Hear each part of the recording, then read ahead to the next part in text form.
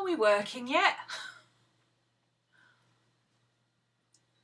Oh my lord.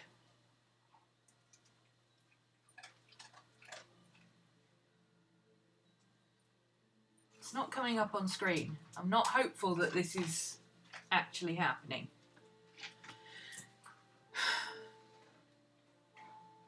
Oh, here we are. Well, it only took 3 minutes to connect. Okay, excellent. That means if you're watching this live, you're 3 minutes behind me. I don't even know. Hi, Pam. I've had so many problems getting connected to things today. You don't even want to know. I've been at this for an hour and 40 minutes almost. Here we are again. Hey Rish. Hey Muse. I think Cody's here somewhere. I think she thought she got the wrong time, I'm not sure. Oh. I still can't get Chrome to load YouTube Studio. And every single thread I can find on the YouTube helpers thing, or the YouTube community creators, that even suggests that YouTube doesn't work, is just locked with no answer. Nobody seems to be able to tell us an answer for that. I can't stream live from a webcam from Safari because for no apparent reason it won't work. You have to use Chrome. And I updated OBS and that wouldn't open. So I've had to completely disassemble the whole lot. That fly needs to go away. I've had to disassemble absolutely everything and load it all up again and start again. So I'm running old versions of everything now because all the new stuff doesn't work. Like, seriously, people, get a grip. I mean, I know we're in the middle of a pandemic and all that kind of stuff, and everybody's sorry, I've got to open some essential oil, get rid of this fly. I understand that we're all in the middle of a pandemic and everything else, but let's be real. YouTube is an online mega company.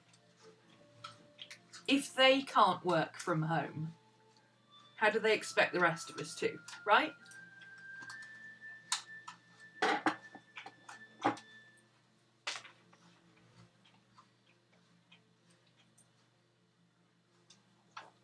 Anyway.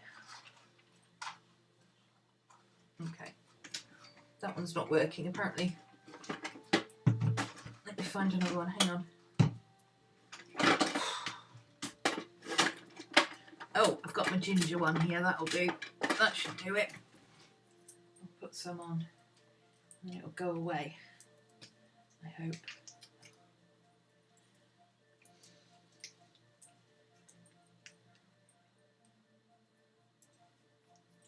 What's it like in the future? Just as frustrating as it was 4.5 minutes ago.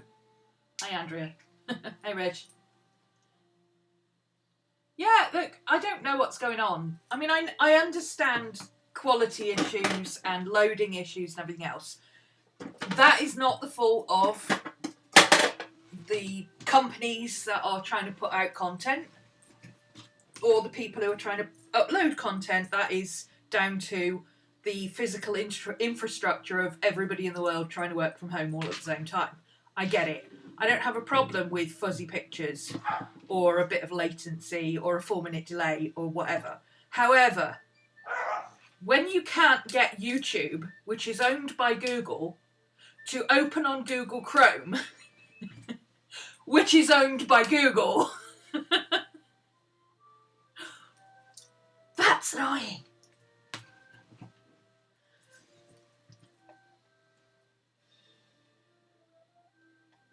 Okay, and breathe in.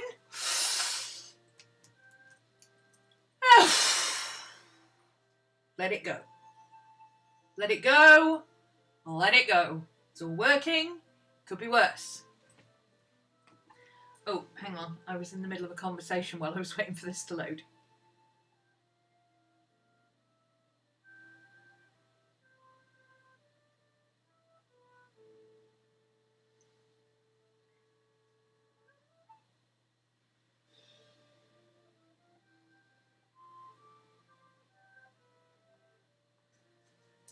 Okay.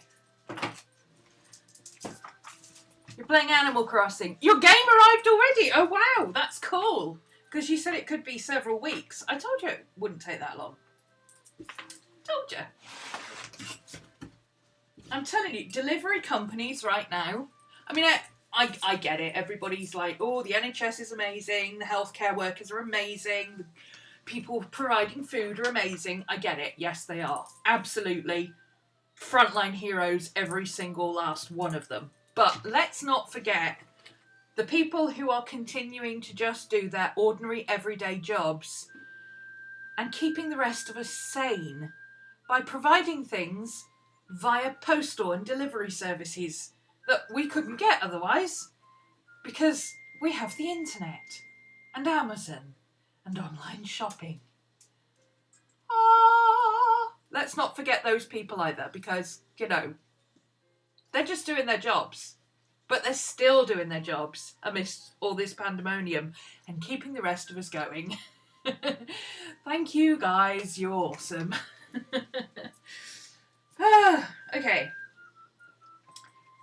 I have been struggle bussing my way through the April Art Challenge since day one.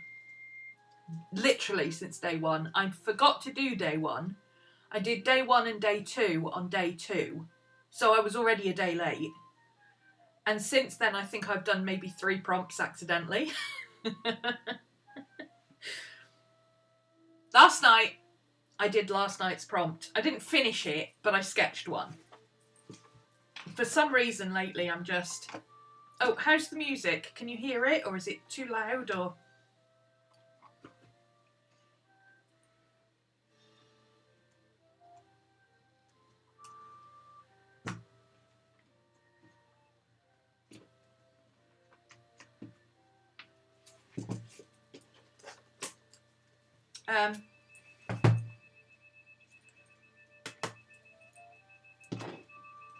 I did yesterday's prompt, which was Bloodsucker. And since we are now in mosquito season, I drew me a mosquito. Ooh. Autofocus. Autofocus off. Please tell me this is the right camera because I don't want to have to unplug anything. It's the right camera! Tides have turned. The technology gods are back with me. Thank you. Okay, here we go.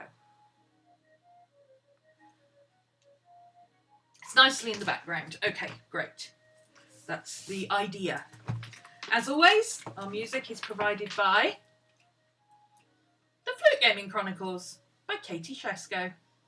With full permission, you can download her album on Spotify and Amazon and iTunes and all the usual places. She's also got a YouTube channel and the links to that are down below in the description. Feel free to go and follow her. She needs to get some more followers so she can start doing live streaming and things like that. So, chop chop. What are you waiting for?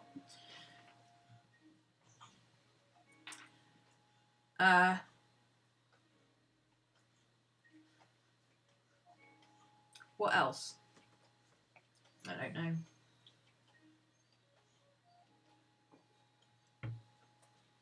Anyway.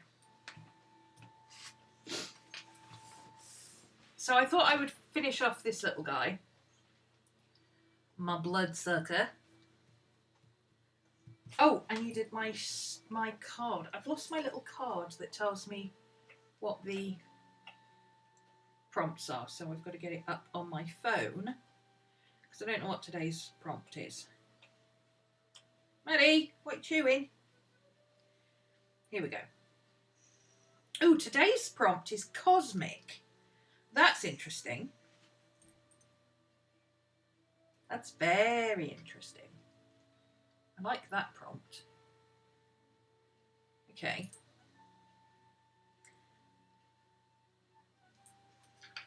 I probably should just write these down somewhere, what they are for the week.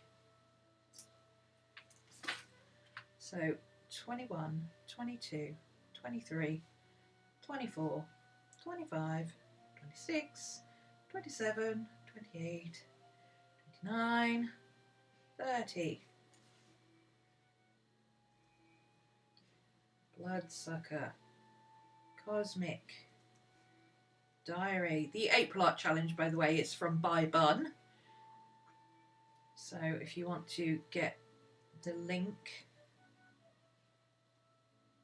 to the download and all that, she does jazzy downloads and things.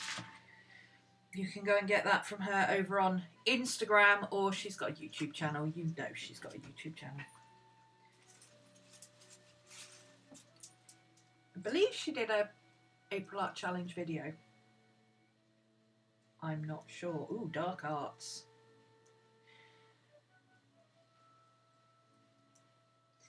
Fave. I'm writing these down. They're not even... They're going in my eyeball, and they're going kind of down, I think down my sinuses, into the back of my throat, and then out somewhere down here into my arm. Because they're not passing my brain. I don't know what the last 4 or 5 things I wrote were. Oh. There we go. So today's is Cosmic. I've got lots to catch up on. 20... oh, hang on. I've done 1, 2, 3, 4, 5 out of 20. So I've got 15 to catch up on. Yeah, I'm about on schedule. That's about where I normally am. Okay, let's give this little guy some colour. I'm going to use my Art and Fly fine liners. These fine liners are pretty good, if I do say so myself. And I do. They're very cheap, but they work rather well. The one of mine stopped working almost immediately, but you know, 1 out of 6 when they don't even cost a pound each is not bad. I would have preferred them all to work, but where's my mosquito? I'm going to need him. I need my... I'm just trying to find my picture of my mosquito. Oh, there he is. That's the picture I was using. There's my mosquito. Because I have no idea what a mosquito looks like, so I had to get a reference. Artists do not draw out of their imaginations, people. They look up references and then they draw from their imagination. Hey, Lisa.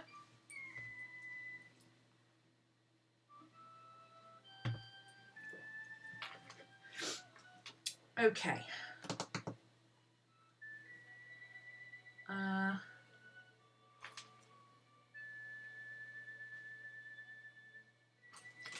You know what? I think I'm going to colour him in. No way, Jose! No way! Yes way. I have been in a bit of a... I'm not going to call it an art block, because it's not an art block. I want to make stuff, and I know what I want to make. It's more of a can't be arsed block, you know? A bit of a funk the last few days, actually the last week or so. I seem to be able to pull it together for classes, but then that's the whole of my being able to pull together all done for a week. So I'm not getting much done outside of classes, which is kind of annoying because I've got lots I want to do. You know when you want to do stuff, but you just can't seem to get up off your arse and do it? Yeah. There's that. So I've really not been keeping up with this challenge, and instead I've been binge watching YouTube in the hope that if I watch somebody else drawing for long enough, I'll suddenly want to draw. And finally it happened. Finally it happened. I was binge watching Drawing with Waffles. Who loves drawing with waffles? Drawing with waffles is awesome. Go and find her. She's fun. I don't enjoy her digital stuff so much. I tend to listen to that in the background because I don't really like watching digital stuff zipping about on the screen. But her traditional art she has fun with it. She doesn't care about making mistakes. If it doesn't work, it doesn't work. She's just like, oh well, don't do that again. I love it. I love it. I love her whole attitude to art. It's great. And she's been keeping me sane the last few days. So, suddenly last night, I'm sitting there watching her stream, watching her videos, and I was like, hang on a minute. I suddenly feel like doing the April Art Challenge. Quick, find a reference. Where? And I thoroughly enjoyed myself. And now I feel a bit more creative again.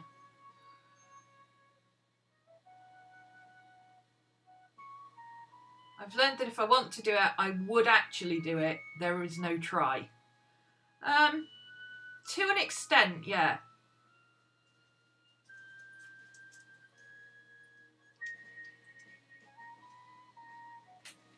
It's not so much... For me, it's more if I have to do it, I will get it done. But that doesn't mean I'm going to enjoy it. The picture I have of sitting jauntily sketching in my sketchbook, enjoying my time and you know, producing something I'm reasonably happy with. It doesn't have to be perfect, it just has to be good enough. Has not been matching with my level of, oh, but I have to actually hold a pencil.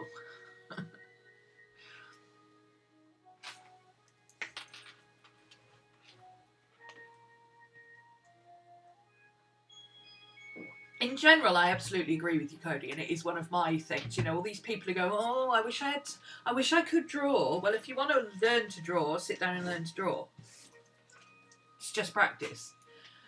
But this is more on a day-to-day thing. I want to sketch. I sit there with my sketchbook for hours on end, but somehow I can't get my hand to pick up a pencil and actually do anything.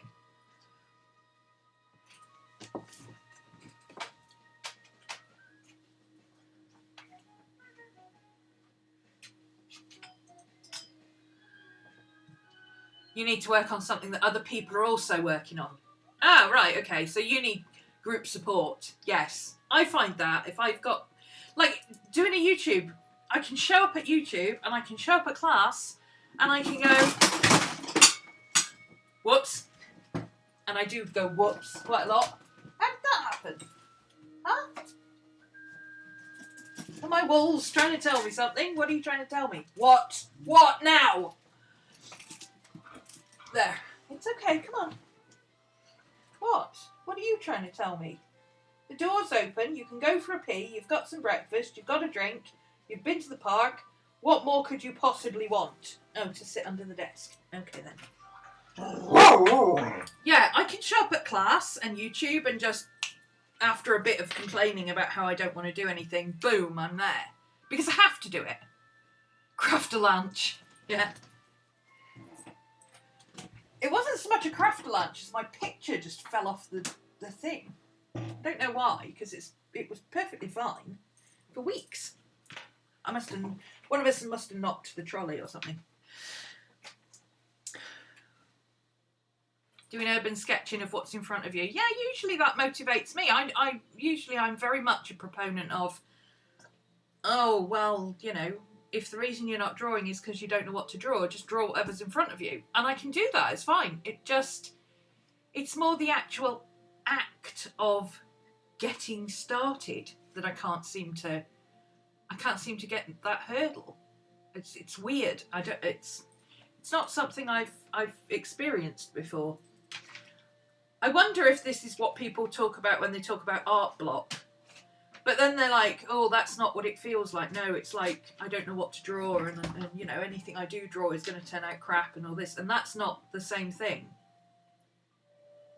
I know I'm perfectly capable of drawing something if I just get on and draw it, but I can't seem to just get on and draw it. It actually, honestly, it feels more like burnout than anything else. It feels more like burnout than...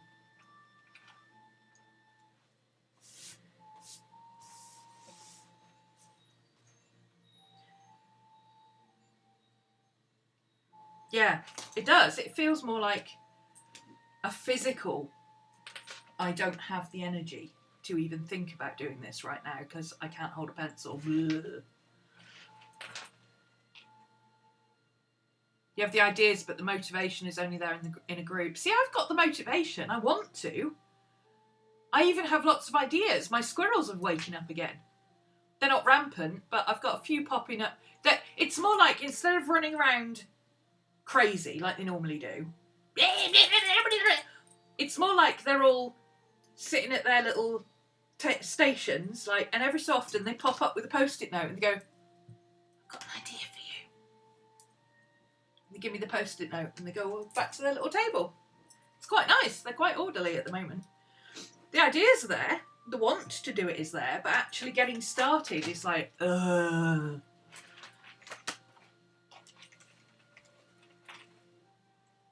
I mean, I'm lugging my stuff around from room to room to room. And the only other person I've heard explain it in a similar way is Courtney, when she talks about it, and she's like, but it's for her, it's her depression and anxiety, and she knows that. But I don't think that's what it is for me. It could be because of the lockdown. My life hasn't really changed, except that I don't go out for coffee when I feel like it, and I don't go out sketching whenever I feel like it, even though the weather's really nice, but I go as far as my garden. It could simply be that I'm feeling a bit confined, which is, funnily enough, what my mum said the other week. Sorry, I should be drawing and sketching at the same time, shouldn't I? I was trying to decide whether to use my liners first or my markers first. And I think I need to do my liners first. No, I need to do dark first. I need to do colour first.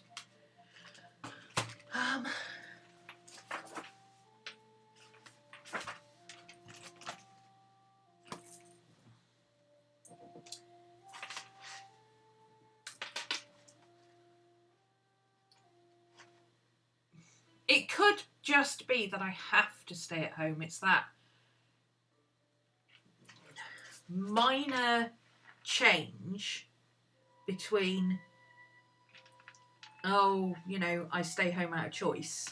I'm perfectly fine sitting at home on my own, doing my own thing. Leave me alone, go away. I don't want to go out. And then even when people invite me somewhere, I'm like, well, I'll see. It takes quite a lot to get me to leave the house these days. Even for things that I want to do, I have to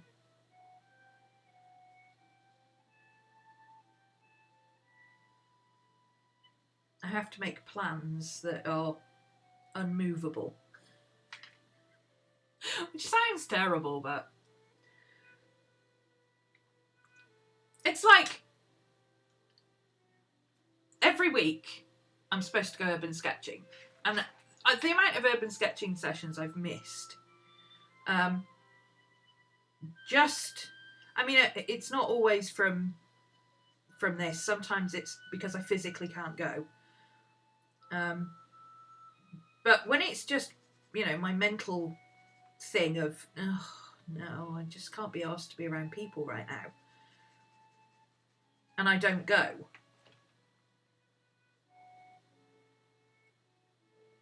that doesn't feel like I'm letting anyone down, because they're not relying on me to be there. Does that make sense?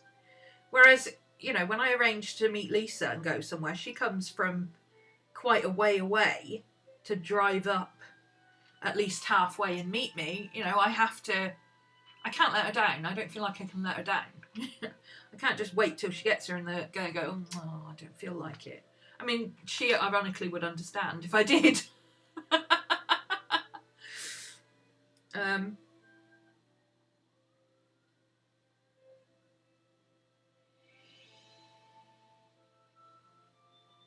But it could be like my mum was saying, that, I mean, my mum never leaves the house. Like, she leaves the house less often than I do.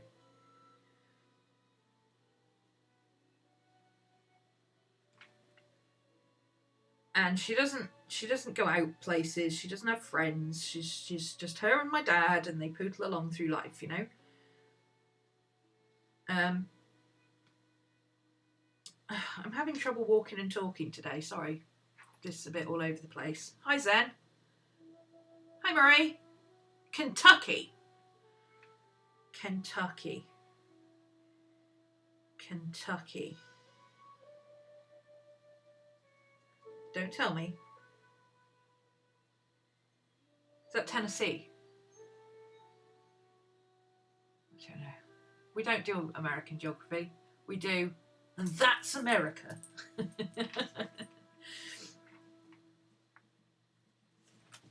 I was 40 odd years old when I realised that Washington State and Washington City were completely different places on different sides of America. So that's my American geography. But I got a vague recollection of Kentucky being down south somewhere, Tennessee, like Nashville way. Is that right? Play Minecraft. Well, that makes a change from Animal Crossing. I need my picture more in front of me because I can't see that and watch you guys at the same time. How can I put that there and still see it? Let's move this and put that there, on there, like that. There we go. Now it's more in my line of sight. Kentucky is just above Tennessee. Oh! I was right! I was right! So is that near Louisville? Southish, near Louisville.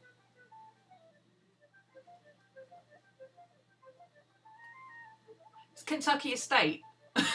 Oh my god. I can't believe I just said that. Is it a state or is it a city? I don't know. I genuinely don't know. You got bored of Animal Crossing. How could you possibly get bored of Animal Crossing? Does not compute. Does not compute. Okay, what else of this needs to be light? Oh, the wing.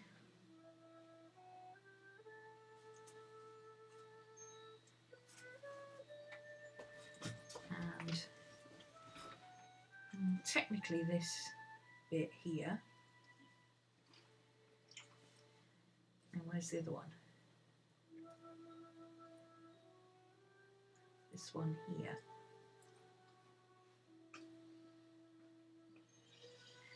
And oh, those are dark. It's this one. Whoops. Never mind. Light goes over dark. It's fine. So let's use. It's a Bloodsucker, so let's use warm tones. Burnt Umber, E29. E29.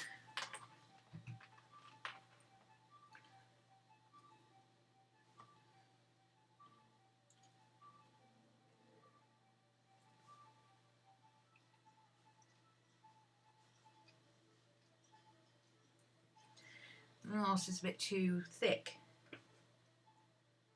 Need a brown liner.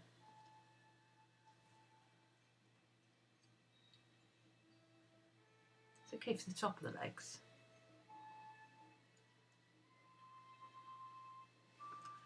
I dislike mosquitoes intensely. Doesn't help that I'm allergic to them, but I think a lot of people are allergic to mosquito bites, aren't they?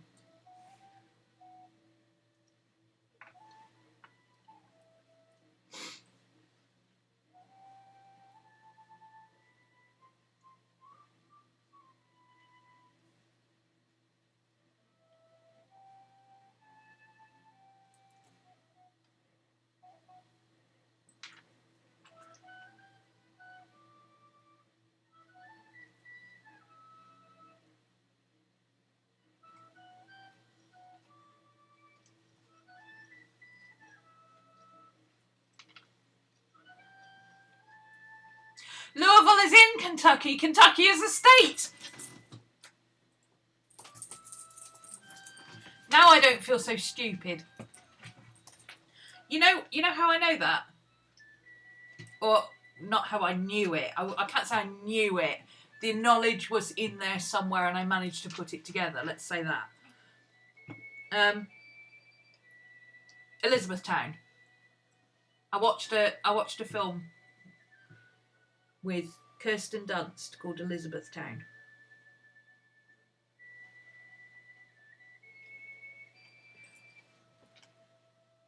And she teaches him how to say Louisville about 6 times because he keeps saying Louisville. And she's like, no, Louisville. Louisville. Louisville. Louisville.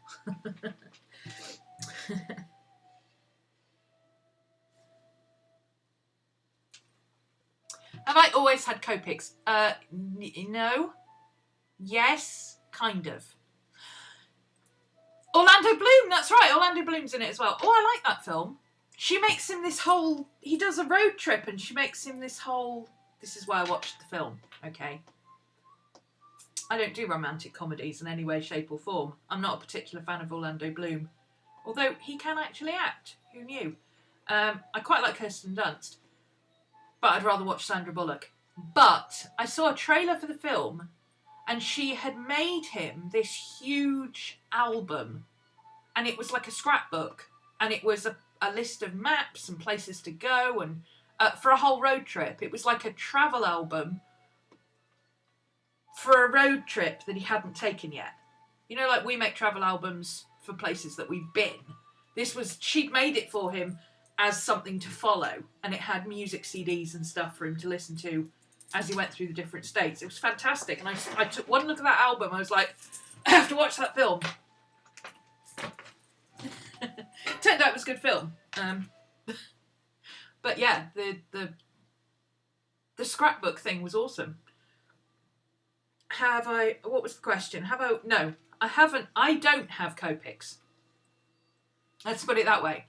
These Copics belong to a friend of mine, who back in, I can't remember if it was 2011 or 2013, when I first started my art journaling sessions, where local people used to come to my studio. And she came along to my studio, and I was at the time using some Prismacolor markers, but I only had 10, and they stank, and they made me lightheaded. And she brought me her set of Copic chows and said, I've had these for like 3 or 4 years and I've never used them. So you try them for a bit and see how you get on with them. So I did. And ever since then, whenever I speak to her, I say, do you want your Copics back? And she's like, yeah, actually I do. We'll arrange to meet up and pick them up. And I'm like, just tell me when and where. You know, she's moved. Her little girl, she at the time, she said I was going to give them to my little one, but because they're alcohol markers, they're toxic, so I can't. And her little girl was 4. Well, her little girl is now a teenager in college. In fact, I think she's in art school now, and she is doing marker work. She's really into markers. And I've said to her several times, yeah, just tell me when and where you want me to meet, or give me your address and I'll bring it to you. It's not a problem. She can have mine as well, because I hardly ever use alcohol markers. And the last time I heard from her was about 2 years ago. And I've never used them, because I always felt guilty, because they're so expensive. And then I was like, well, hang on a minute, this is ridiculous. They're sitting here, drying out, going to waste. She can't be that bothered about getting them back, because she's got a car, and she only lives 5 minutes away. All she's got to do is give me her address and I would drop them round to her, you know. So I just started using them the other day and they're quite nice, actually.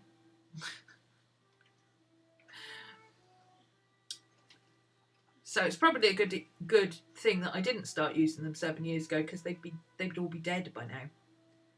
Although I don't feel quite so bad now, because I realised that they're actually refillable, which I didn't know.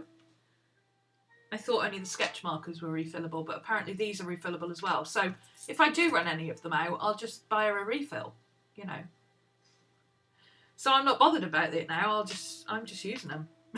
I'm sure eventually she'll get around to... And I think her daughter drives and everything now. It's not like I haven't made every effort to try and get them back to her. But just somehow, neither of us ever gets our act together to get it sorted. Oh, I was going to do with these with liners, wasn't I? Never mind.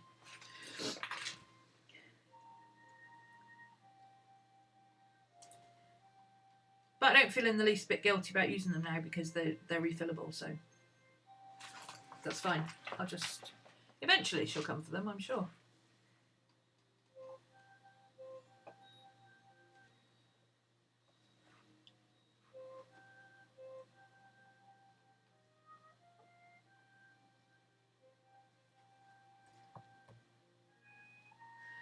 Mosquitoes have really weird joints in their legs. Do they have exoskeletons like spiders? Because that's what it seems like. Ugh. I do not like.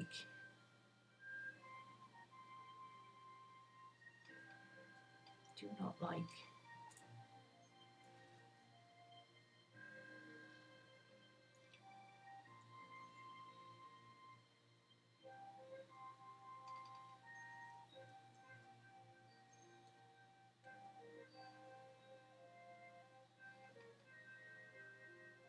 And no, this is not marker paper, it will bleed through. Oops. Oh, it doesn't bleed through as badly as I thought it was going to. It bleeds through one paper, but it doesn't go on to the next page. But that's why I have that in there, to stop it happening.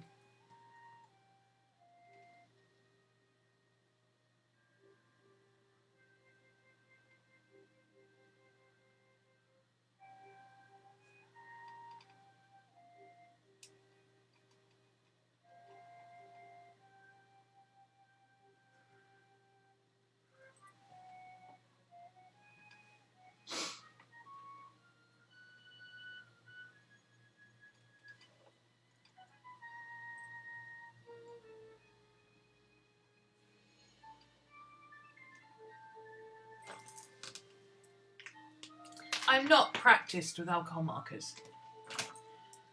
Mostly because I find them very, although I like working with them, the only ones I really enjoy using are brush tips.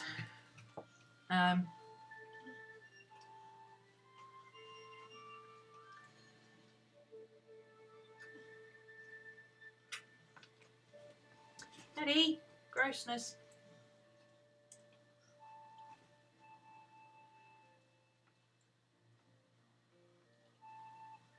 But also being asthmatic and very sensitive to chemical smells, I struggle to find markers that don't absolutely reek and make me feel ill. Spectrum Noir, I'm looking at you.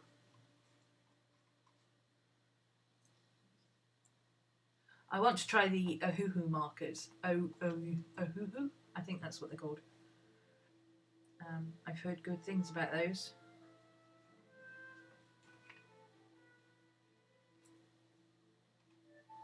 And they have a double brush. Instead of having the brush and the chisel tip like these, they've got the fine tip, like the bullet tip, and the brush. So I may look into getting some of those. But then I'm like, well, hang on a minute, I've got a set of Copics sitting here not being used by anybody.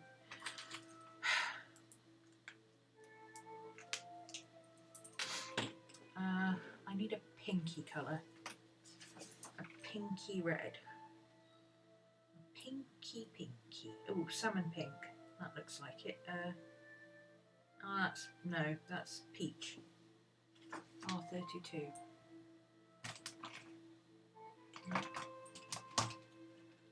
RV. R02. R42. R29. RV. No, that's RV. Where's R? R32. There we go.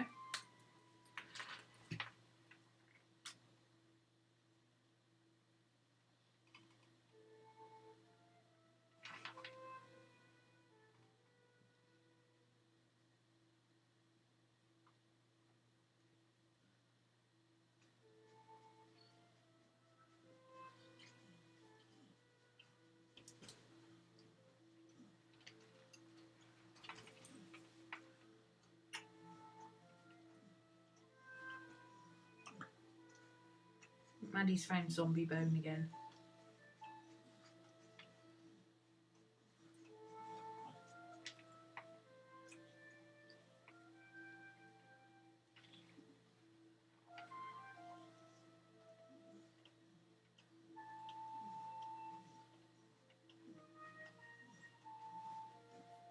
Maddie! Chewing is disgusting. Ew. I want a light grey.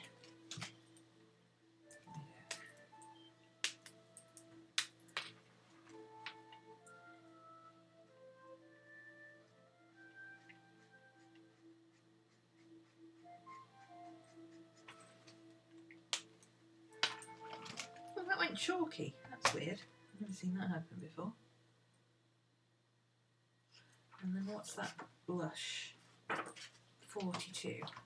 That's that one, I think. Here. No, that's 23. 42, there we go. You're all very quiet today. Are you playing along or?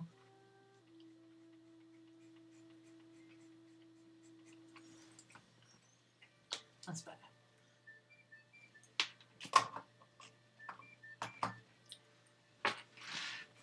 Am I going to add a victim?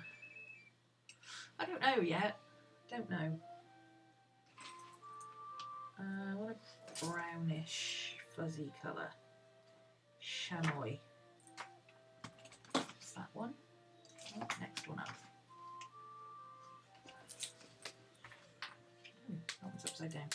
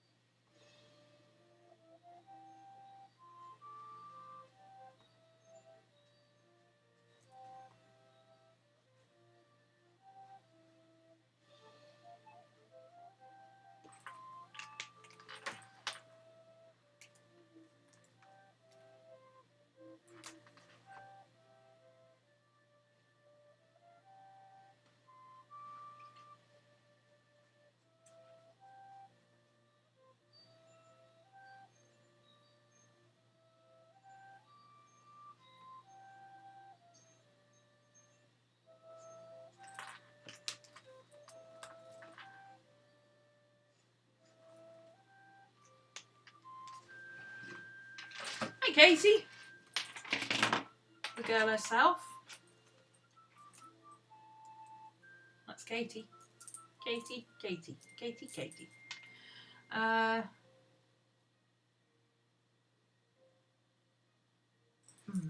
Maybe I should put that. I think I put the wrong colour on the top of the wing. I should put like a lighter greyish colour.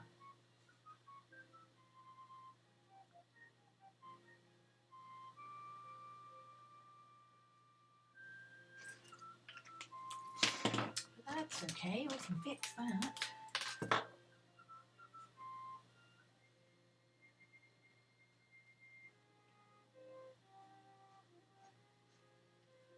That's better. Okay. Now what's his eyes? He's got weird buggy eyes. Because he's a bug. I can't really tell what his eyes look like. The picture's not very clear, so I'm just going to do big buggy bits.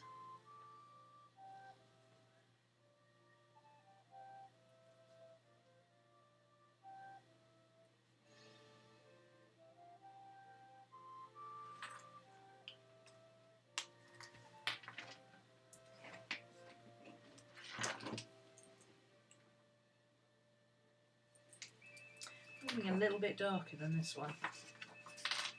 Tiny bit darker.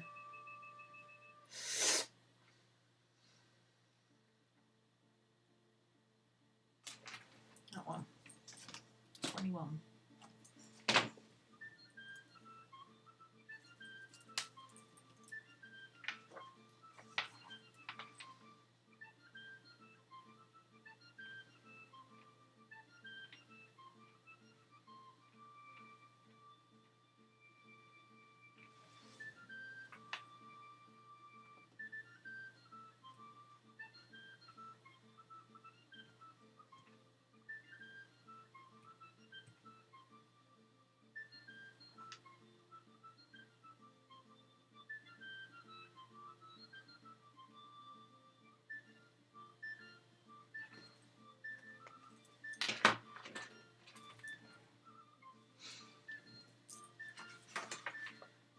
I've got to let that dry before I go in with a liner.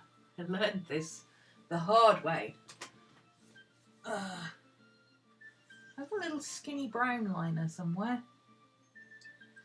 Question is, where is it? I've got one of these in brown. You shouldn't be over there. Oh, you're the one with the broken nib. That's why you're over there.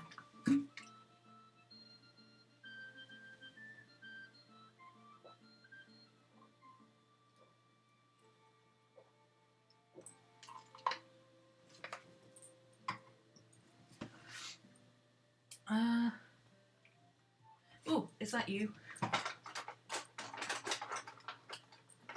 Nope, that's the red one. Is that you? Ha ha ha! Yes!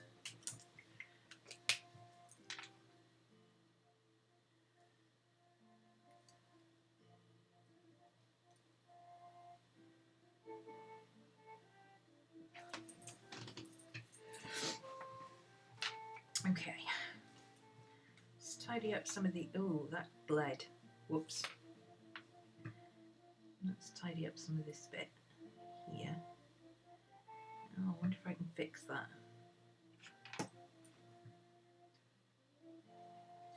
Put the weird little notches in his feet.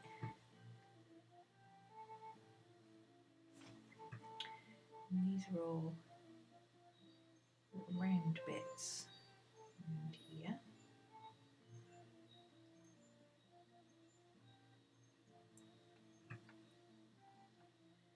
And there's little hairy bits coming off it. I'm aware I said I was going to use my art and fly markers, but I think it looks better with the brown. I think black would be too harsh.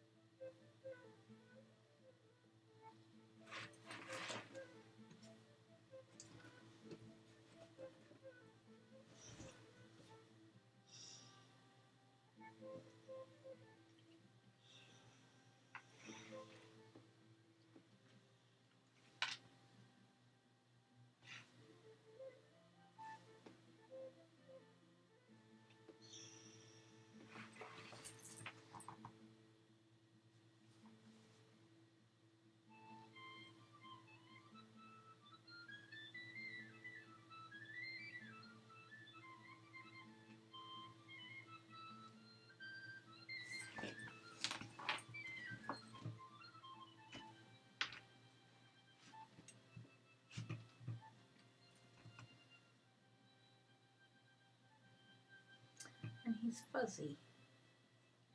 I don't know if that's like scaling or texture or what, but he looks kind of fuzzy, like a bee.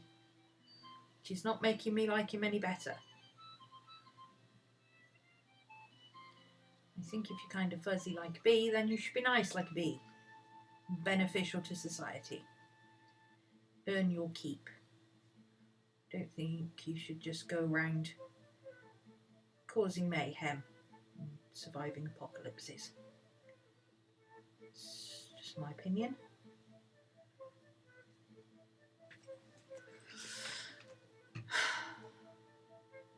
Oh, he's creepy. I like it. Waiting for things to dry.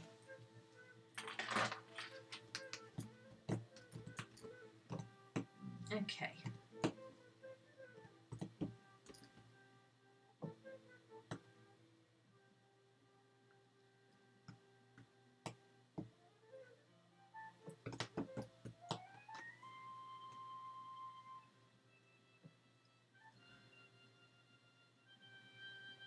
I don't think I want to do anything else with him.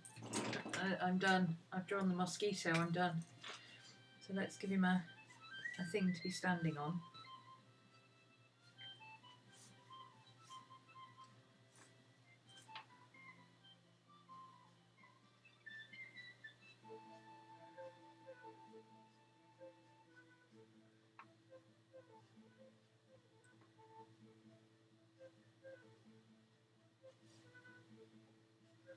Okay, now he's at least got a surface. And that's it. I don't think I need to do any more. Yay, one down.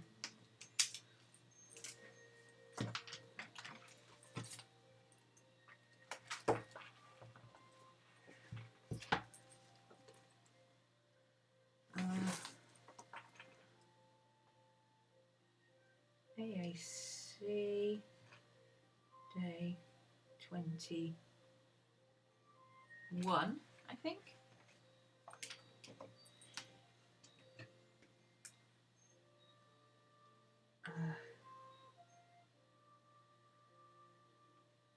You'd want a print of this. You're mad.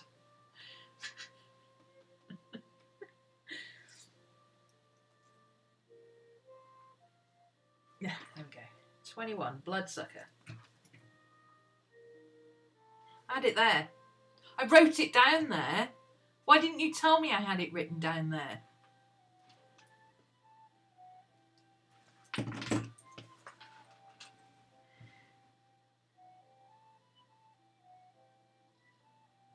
There. The Bloodsucker. I kind of want to give him a block. I don't know why I want to give him a block, but I feel like I want to give him a block.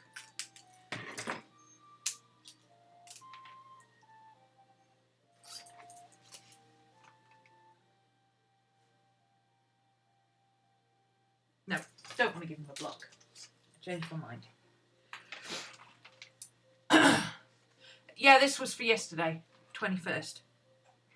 Today is Cosmic, which I really like. I really like that prompt, and I want to think about it. Because actually, I was wondering if I could make a galaxy with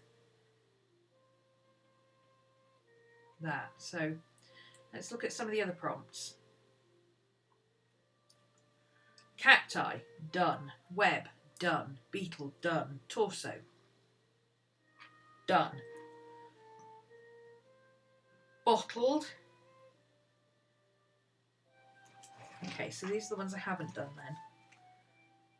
Bottled. Oh, you know what? It'd just be pretty quicker to print this out, wouldn't it?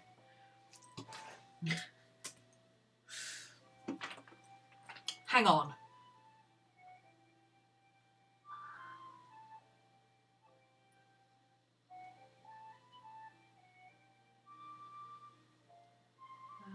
Downloads. Art challenge. Where you at?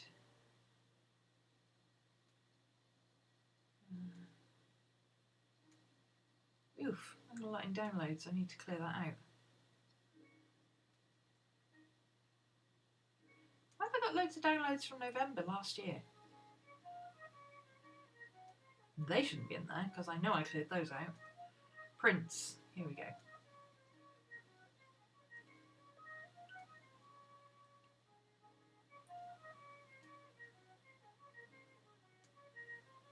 Oh, I think it's on my other computer.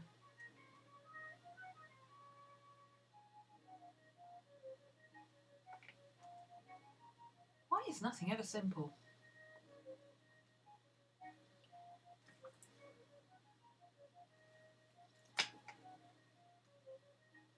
Hang on a minute.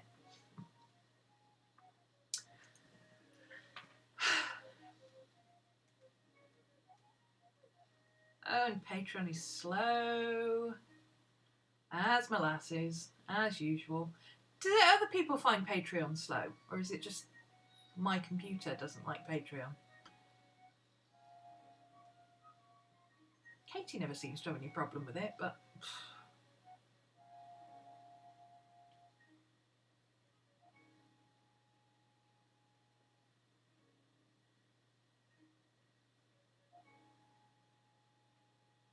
Anytime today will be just fine.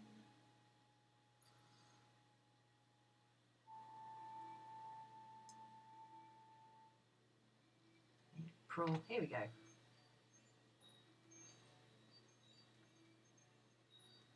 That's what I want. There it is.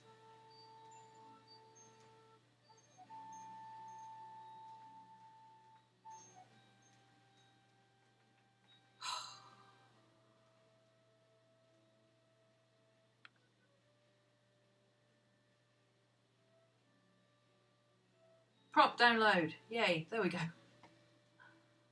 Oh, crikey. Save.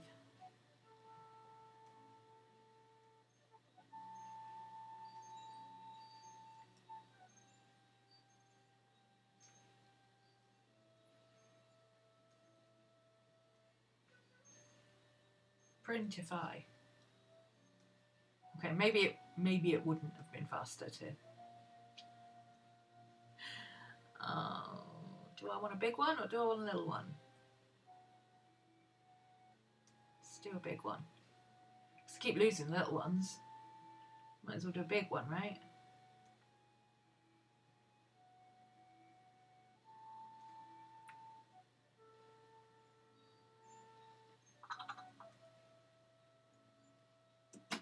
There we go.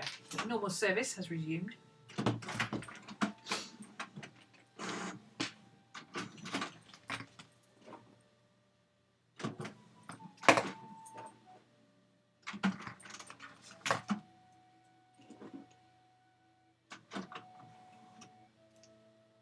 That one goes in there.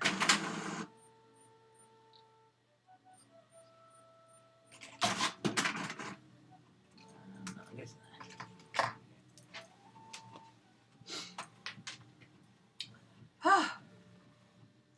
First day playing Animal Crossing, already working on an actual house because you don't like tents. Excellent. I think that's the general idea. You're supposed to get a house. I've just redecorated all mine yesterday on the mini one. I haven't logged in today yet.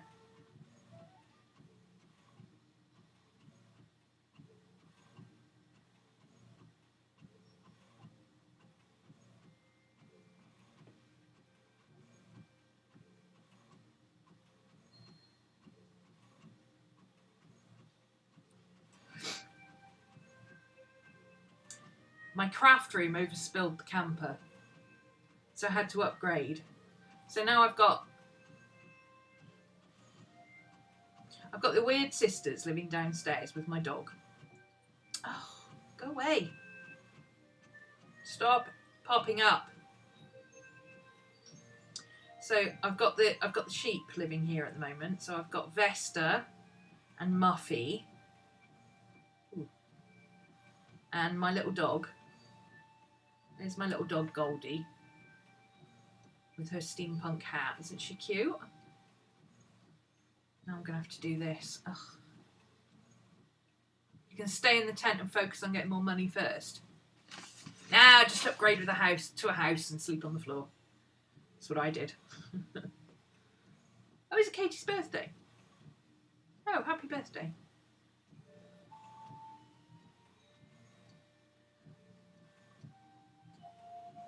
I would like a Switch Lite, but the Switch Lite and the game together it would cost me 250 quid, and I'm not up for spending 250 quid on a game that I will get addicted to. There's my little dog, isn't she cute?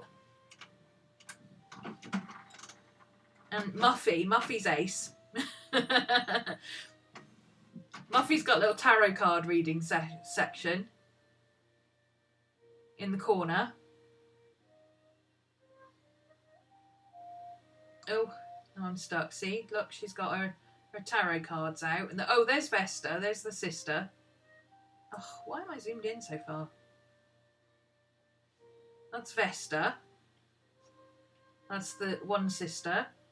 And then we've got Wendy, who's wandering around somewhere. Wendy's sat at the table here. And then we've got Stella, who's purple and wears a red hat. And they're awesome. I've invited them to my campsite, and I had a witch house and a bonfire with some stools. And as soon as I invited them, all of them sat round in a circle and started a coven. So I decided to keep them together. This is my little house, look. I got a little desk. It's hard to see without going into photo mode, but then I can't move around. I got a little desk, look, little drop-down desk. My little laptop. I've got a craft station.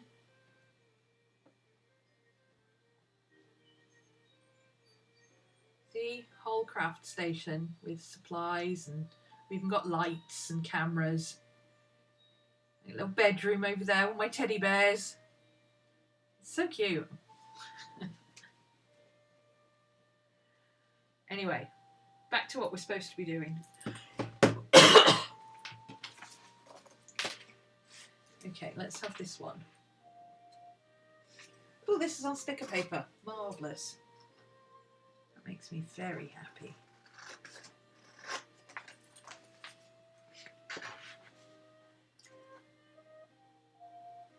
You got the physical version so you could sell it on if you didn't like it. Yeah, you love it though, don't you? Admit it. As soon as you start finding stuff you can collect and put in your museum, you'll be like, oh yeah, I like this. It's great escapism. That's what I like about it. But the thing I like about the phone game, as opposed to getting an actual Switch, you see, back in the day when I was a gamer, I was more than capable of spending 3 days straight playing Diablo. That's the problem. I used to lose hours and hours and hours and hours and hours to World of Warcraft and EverQuest, which is why I stopped gaming and got a Mac instead of a PC, so that the Mac would be able to do videos and stuff properly and stream properly and do photo editing and digital stuff that I wanted to do, but I wouldn't be able to game so much on it because you can't game really on a Mac. You can game on a Mac, but there aren't enough games available.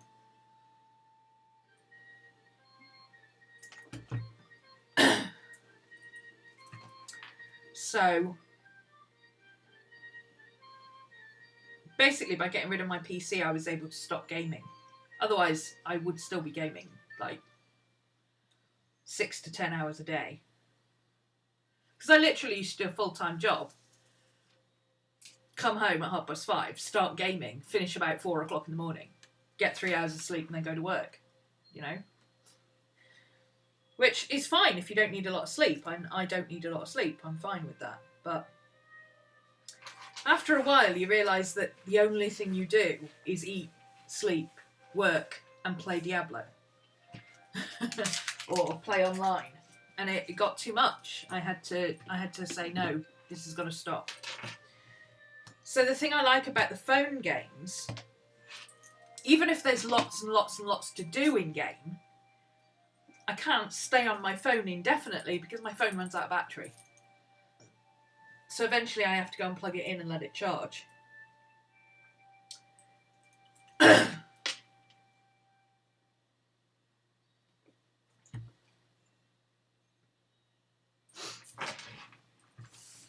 Okay, now we've got an April art challenge we can put highlights on. I don't know what happened to my other one. I had one that I was clipping it to my page so that I could move it throughout the book instead of having to keep flipping and flapping, but it didn't work. So I've done cacti, I've done web, I've done beetle, I've done torso, I've done moth, I've done bloodsucker. Disney, I was going to do Scar, wasn't I? Do I want to do Scar today? I don't know who Scar is. Well, I've got a vague idea who Scar is. I'd recognise his voice because it's Jeremy Irons, but I don't really... I've never seen The Lion King, and I'm not a Disney fan, so...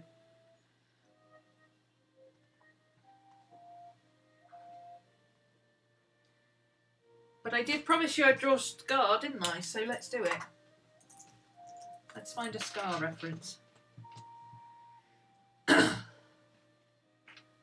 Scar. Lion King.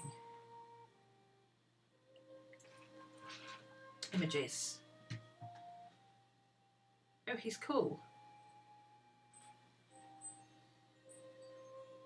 He reminds me of Jafar, who is one of the few characters I actually do like from Disney.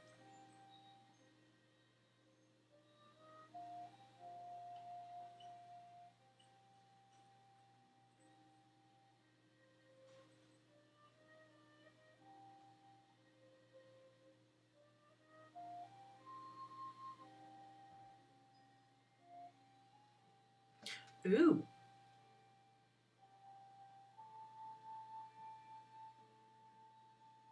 Is that the live action version? Obviously it's CGI, but he's kind of cool. Lion King is your childhood Disney film? Jeez, mine was Bambi.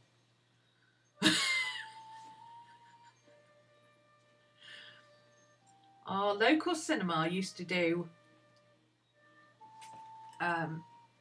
dads and kids afternoons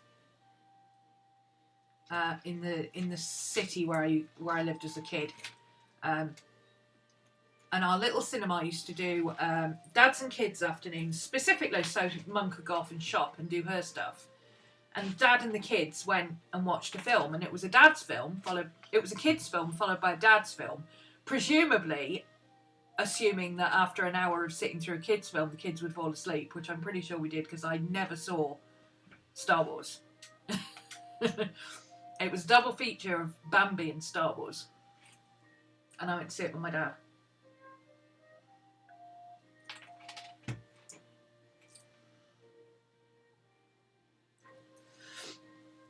But I never loved it. I never got particularly into it. I mean, I liked it. I enjoyed the film, you know, but I don't think I've ever watched it again. I do like Lady and the Tramp as a story. I have a book of Disney stories, and I always enjoyed the book of Disney stories much more than I ever enjoyed the films. And I used to draw the characters.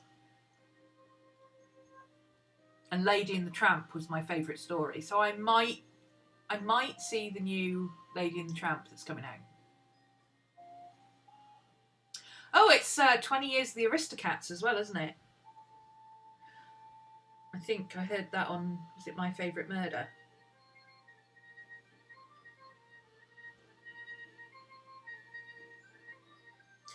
Ooh. This lion looks like Scar from The Lion King. That's off Reddit. Oh my god, he's gorgeous. Okay, I'm going to use him. I know it's not the actual lion, but it doesn't have to be fan art, does it? It just says Disney. It's only supposed to be a prompt, so yeah, I'm going to use him as a reference. He's cool. Look how cool he is.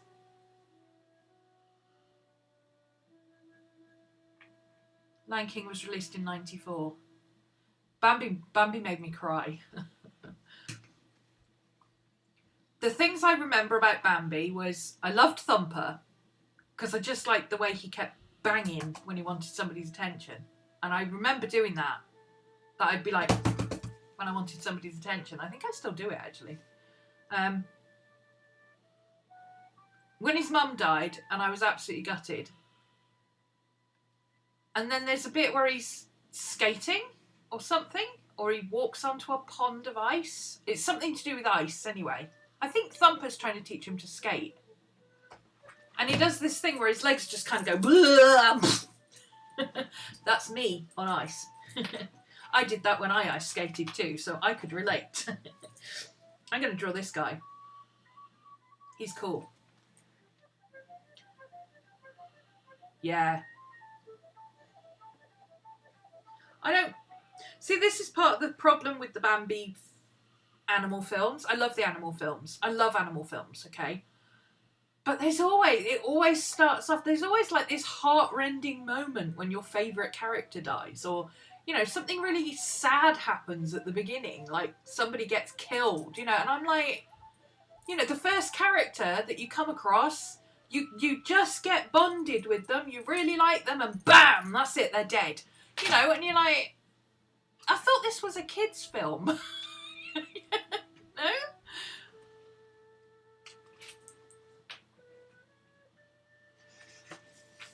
Okay. Let's have a go at Scar.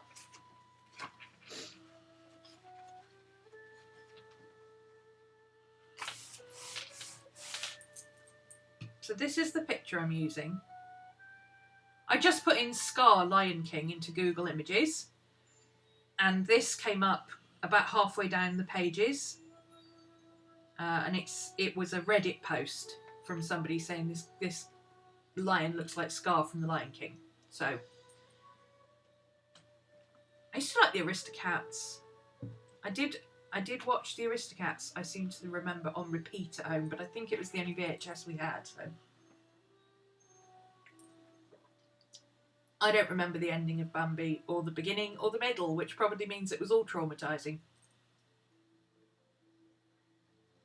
That happened in The Lion King. Yeah, I saw the trailer. Doesn't Scar kill Simba's father or something? And usurp the throne? Isn't it like... It's based on a Shakespeare thing.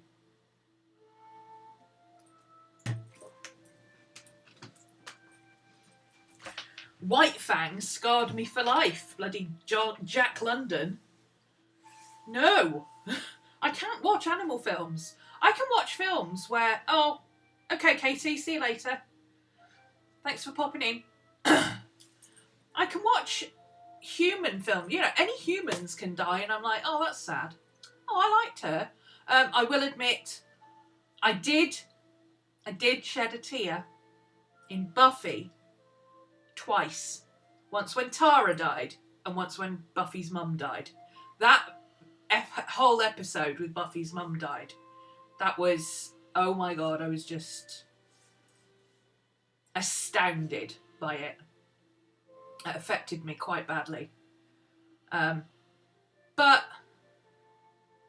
Scar kills Mufasa and tells Simba that it's his fault. Oh, that's mean. I don't like that, because I usually root for the bad guy. I usually like the bad guys. Okay, I need a bit of less visual distraction here, so I'm going to put a... I know this might sound odd. Less visual distraction, so let's put a big sticky note on the page. But I find it easier to work with a block of colour than to work through that. So this is what I do with when supplies bleed through to another page, is I just stick a patch over it and carry on. And try and do it in a way that covers as much of this as possible without interfering with what I want to do. So how can I... Yeah, I think it's basically going to be covering the body there. Let's cover the dark leg and the body. Like that. Oh, that's almost in the middle anyway. That's fine. See, that's much less visually distracting for me than...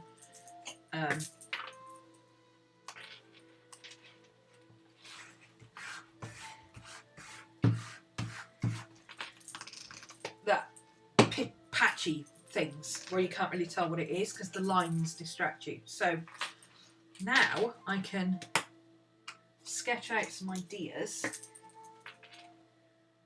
for what I want to draw on this page.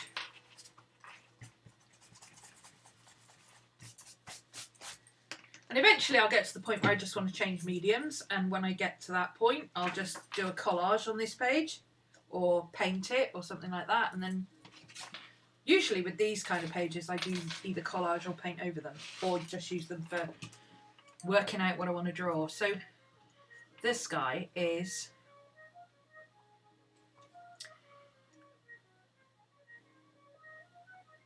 He's pretty tall. Where's his half? Oh, would it be useful if I put it on the desk next to me? Would that help so you can see him? I'll have to put my thing under because I've got a little strappy thing on the back of my... These things... I'll have to take my card out, hang on. These things are great. If you're... I can't use those pop things because my fingers don't spread that far and they give me strain here. So if you have the same problem, these little things are great. It just fits nicely on those two fingers. Obviously I put mine further over that side. Usually you put them in the middle, but I put mine further over that side because I tend to use my hand left-handed, my phone left-handed. And it's just the right length that you can touch all corners of the screen. It's really good. Anyway, Amazon, 3 for £4, I think.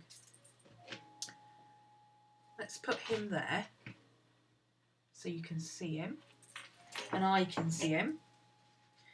And let's see if we can't draw a scar face. So let's start with his face. So his eye line is even. Although that eye is a bit skewy. Let's draw it even to begin with and then skew it up. So that distance is about twice that distance. So about there, I'd say, for his nose.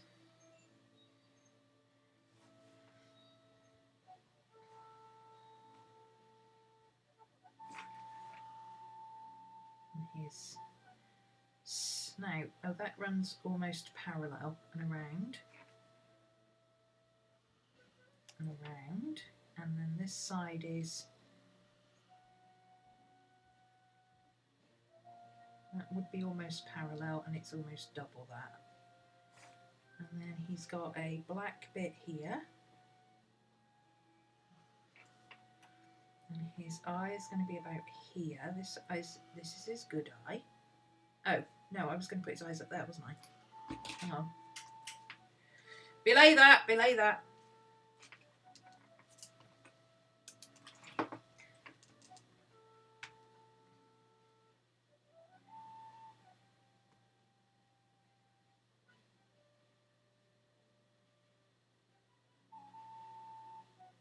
So that would be his good eye. And his creepy eye is a bit odd and off-centre to one side. And it almost looks human, which is even more creepy. And he has a jagged bit there.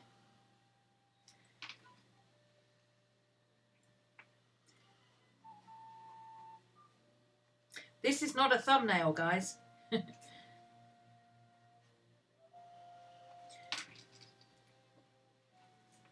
Okay, let's try and figure out how we draw him on a page then. So his head's going to be kind of there.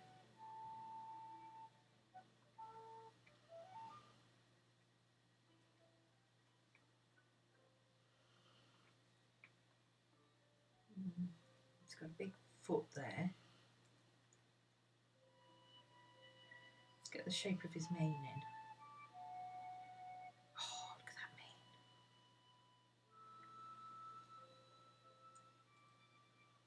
Kind of like that. And he's got all this big poofy bit.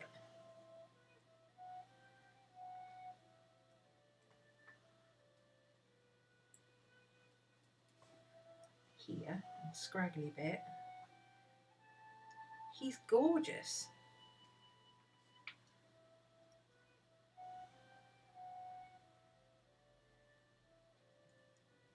The size of that paw, wow.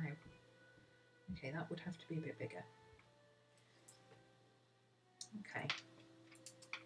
So if that is a 1/6, then he's too big. Okay, so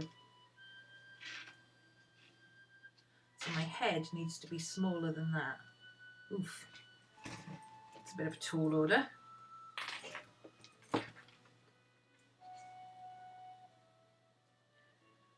So let's start with a equilateral triangle that's shorter than that and go from there. Eye,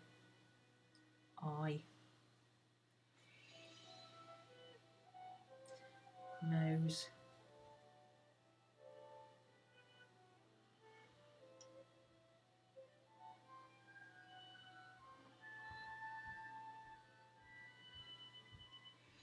I'm just trying to block in shapes where I can see shapes.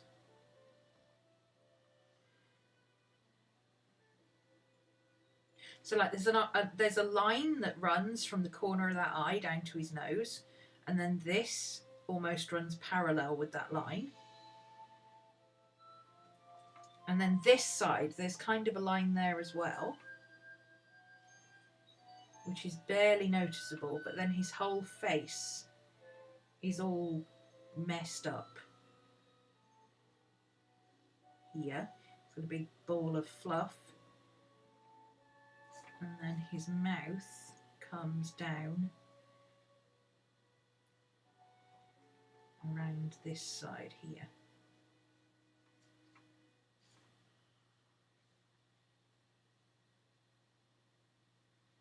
Just do him a bit lower there, like that.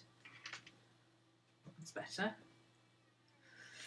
Okay, so the line of his mane comes from this scraggy bit here, up and across.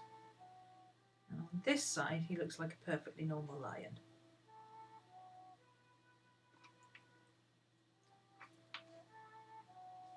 Mane, mane, mane.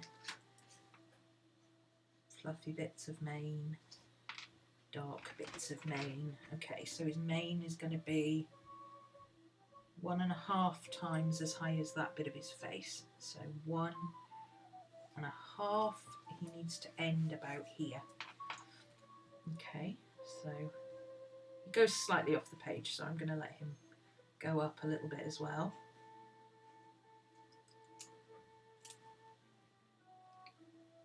I've drawn him in the middle and he's not centered. He's going to end up going off onto this page, I think, but that's okay. So that side of him is about 1.5 times the width of this. So that's his width there. We might not go off the page. He might just about make it. So 1.5, he's going to be about here. Oh, he'll make it. He'll make it. He'll make it. Oh, look how floofy he is. He's beautiful. And then we've got another big patch of fur here. It goes under his chin. And that leg almost looks like it's coming down out of that patch of fur. And he's got another patch of fur here, and then that big quiff bit, which I love. There. Okay. And then,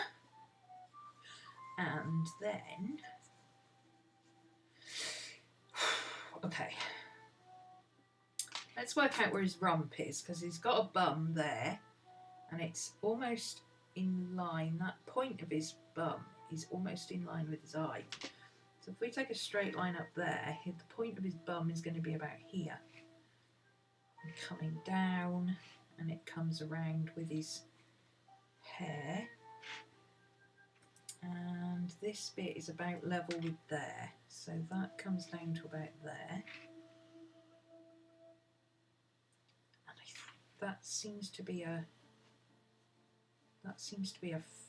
part of his leg there, just below his nose, and then a bit, and that huge paw underneath.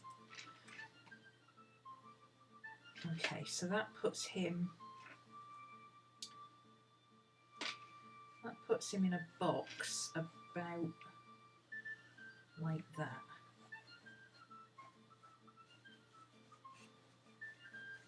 So So his back foot would be about here, but you can't see it, you can only see that bit of it, and that puts his front foot here. And the tip of that foot there, so that's his big foot there. And then this one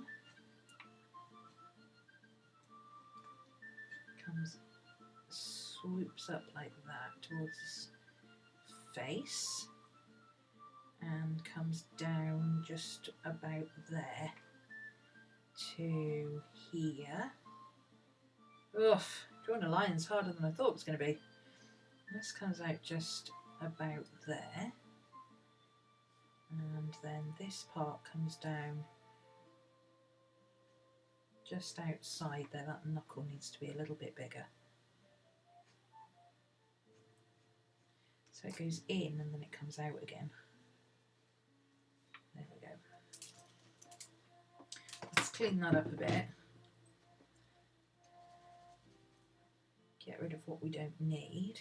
That's his mane, I need that. Oh, he's got another bit of mane, goes under his neck there.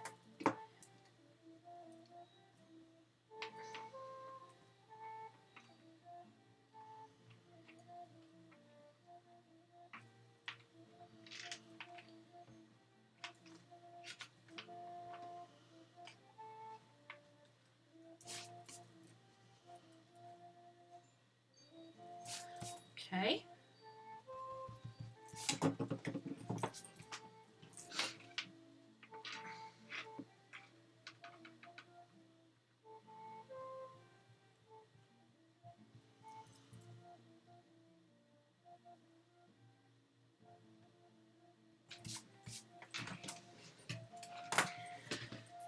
So that's got rid of all the bits we don't need. I think his face needs to be a bit longer. I don't think his face is long enough. I think his eyes need to be a bit... I think this needs to go up a little bit.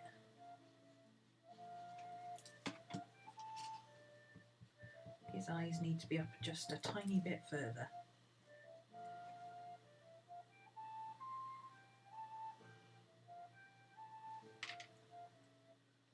That's better. And this eye is off to one side anyway, but I think the correct position for this side is about there.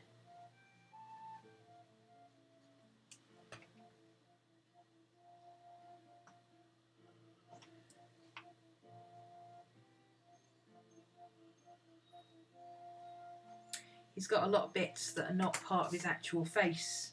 He's really badly mauled on one side. He's even got bits of mane coming out the side of his cheek. So I don't know if they may, if he looks like he might have had stitches because he's actually got lines. So I'd say either he got clawed in his face and his face kind of shriveled up where it healed, or they pulled the skin tight to heal it and just let it heal on its own. I don't know. Playing Animal Crossing. Excellent. No, I was a late start, Ash. Don't even get going. Don't even get started there. We've drawn a mosquito for day 21 of the April Art Challenge, which was yesterday's. I'm not doing today's yet because today's is cosmic and I kind of want to enjoy that one, not stream it. Not that I don't enjoy streaming, it's just that I don't know, it makes it more of a tutorial if I'm streaming. So let's lighten up these ear lines.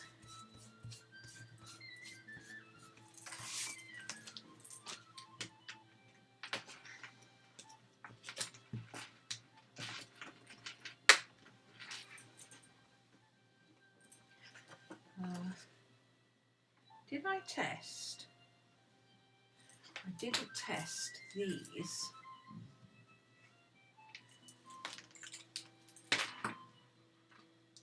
So I'll let that dry and I'll test those and see what those do. Let's get a bit better perspective on our lion here. Picture. he's getting there. He's getting there. His face is long and it needs to be a bit longer and thinner, but it's only reference. I'm not trying to exactly recreate this this lion. I'm trying to create Scar. So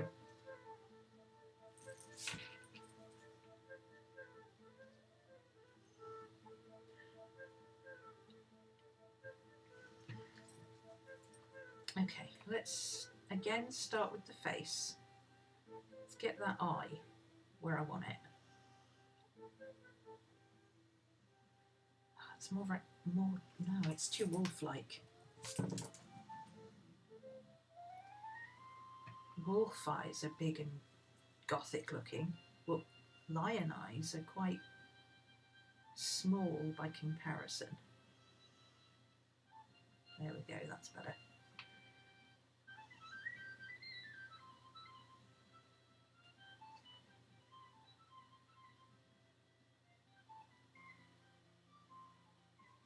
Now I have to take into account that his face is actually turned as well, which is why part of this side needs to be skinnier. Like that. And then this side can be more out of shape and weird looking because it's all crumpled up on that side anyway. So that's where his eyes should be.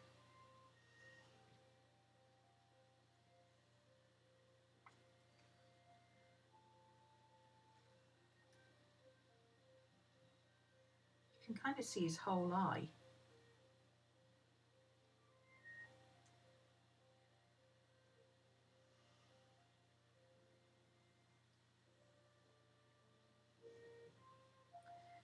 And this is all scarred. A big jagged scar running down his face there, and then he's got these little ones.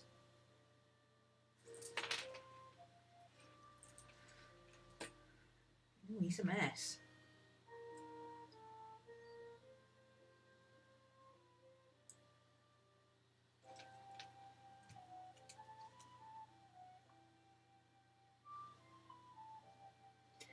He actually looks like he's got an open wound there, but I'm not going to do it as an open wound because Scar, the clue's in the name.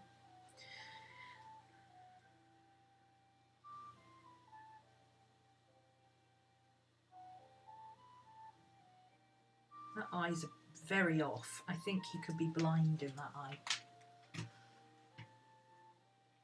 That lion is actually called Scarface, yeah.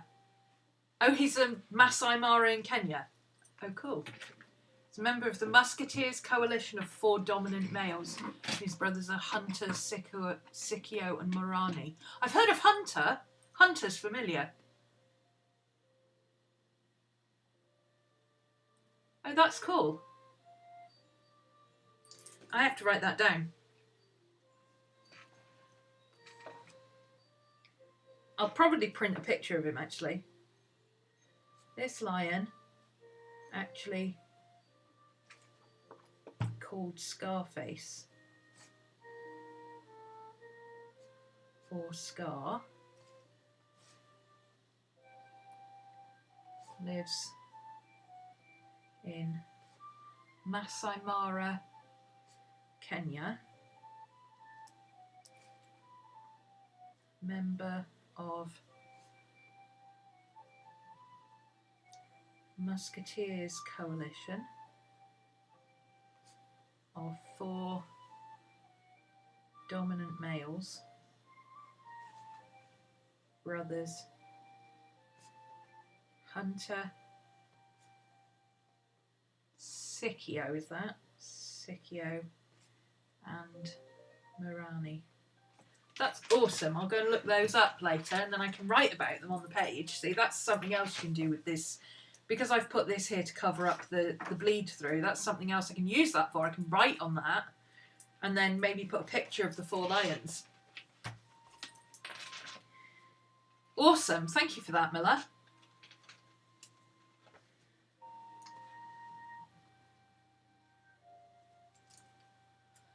Ugh, I'm getting too much detail going on here. I don't want to do that much detail. Rose, hi. Long time no see.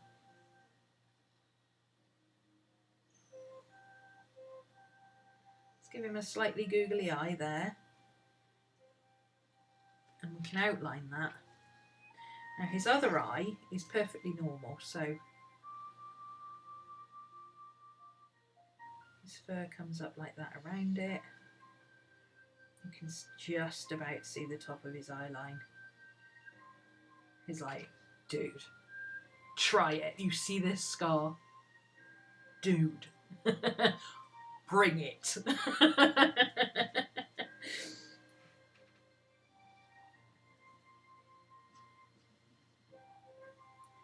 A very distinctive marking on that side, which is broken on this side, and then he's got a line down his face there. Okay, dark here. Let's get his legs in. So his leg, his sinew comes down here and his knuckle comes across like that, and then that part of his leg goes up there. Okay, I'm going to exaggerate the curves, I think. That's his paw.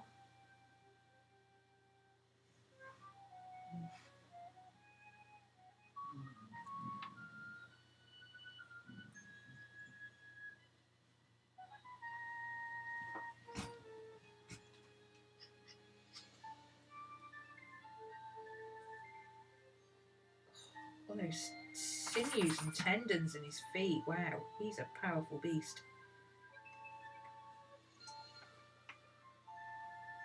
And he has a little bit of dark where he's got fluffy bits in his feet because kitties have fluffy toe beans.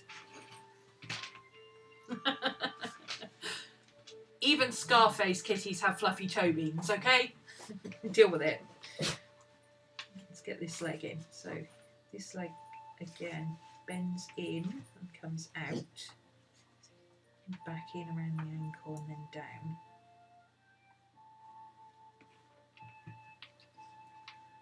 And then this side kind of goes out on one side at the back. It's weird, it comes out at the back, but then it's got a bit that comes in here.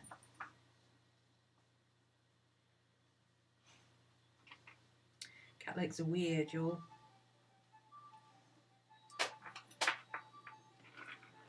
Okay, so he's 1, 2, 3, 4 toes. 1, 2, 3, 4, 5 toes? Can't possibly have 5 toes. I think that's the side of, I think that's this one here. Okay, so he's got a toe there.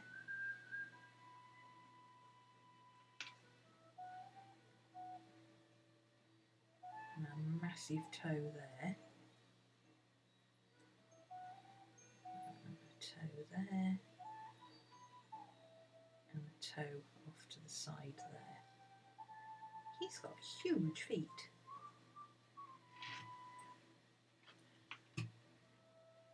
And then all of this under here is dark. Okay, so this leg, oh, there's another bit of leg there, look.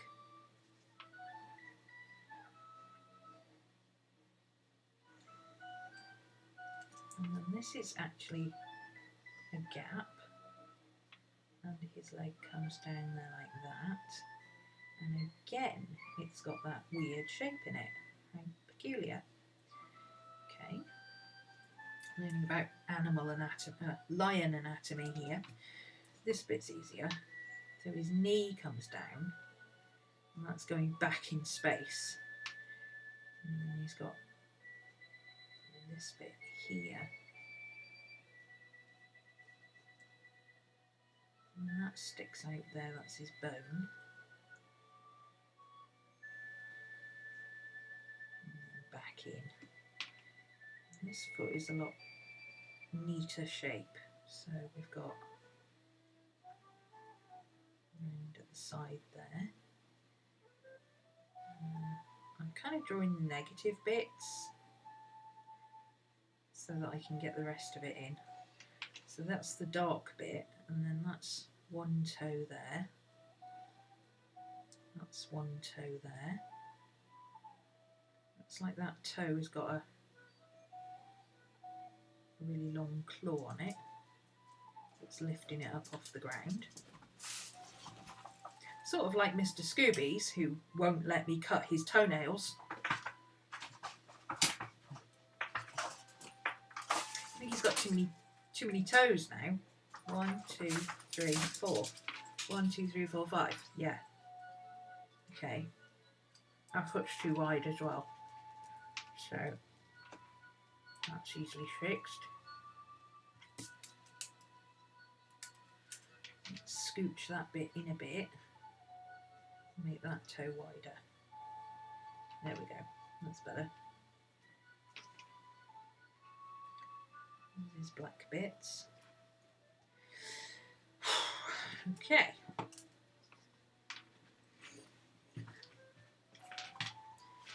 Back end. Back end is pretty simple. Back end is just nice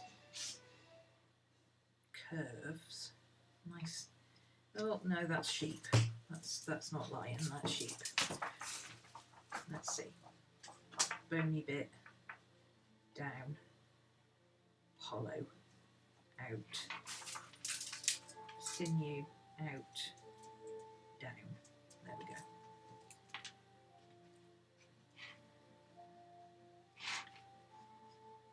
Exaggerate his curves a little bit.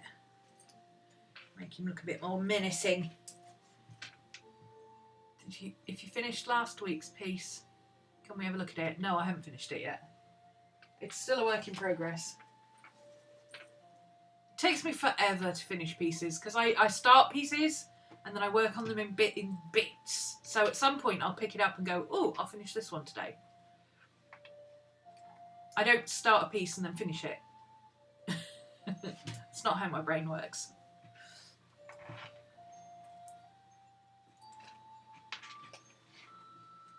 Okay, let's get this awesome hairdo in here. So he's got a dark patch here coming down. There. There's dark patch. And he's got this awesome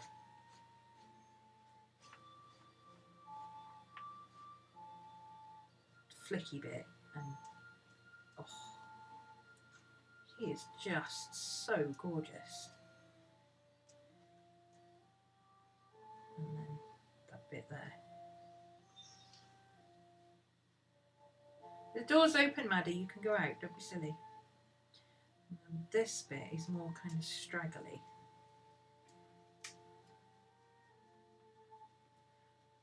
Down here.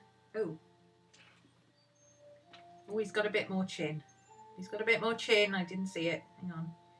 He's got some more chin here, but it's really furry. There we go. And that kind of meets up with that. Okay. So he's got a few straggly bits like that, but most of this is in the front. Gotcha. Okay. And he's got this big patch here, so let's get that in. This is under his eye here. He's got this big weird patch just there, and under there, the big old shadow. And then it's darker under there, but this is all part of his peculiar patch bit.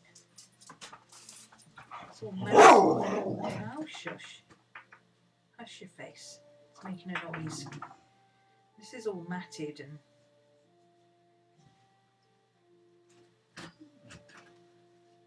then this bit comes over the top.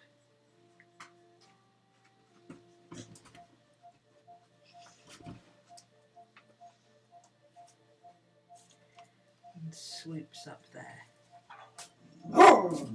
Good. Okay. I'm missing his top bit, but I'm guessing it kind of continues the trend of being peculiar and spiky like that. So it's kind of feathered almost. You know how when you draw feathers you kind of do that and then you go in a bit and then you come back out, and it's almost that kind of shape to it. Okay, and then this is the lighter bit over the top there, and then he's got darker bits down here. Okay, are we looking roughly like a lion? Kind of is, actually. He's pretty cool. This is a bit too high here. We don't want to go that high with it. It's more poofy and round, like it's coming out towards us. And then he's got dark bits, and his hair goes that way and then that way, and he's really scruffy and matted and looks like he needs a really good brush.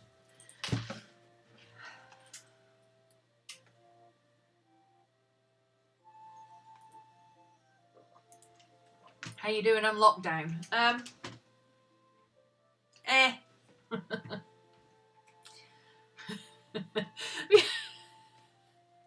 you seen Despicable Me? His mother. It's me at the moment.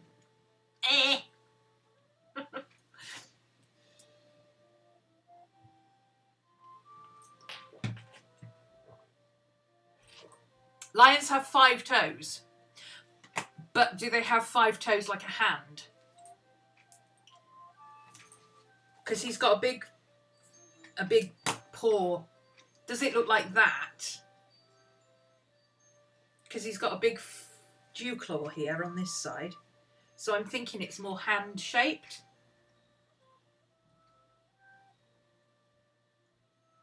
Like that. And then his paw is there like a...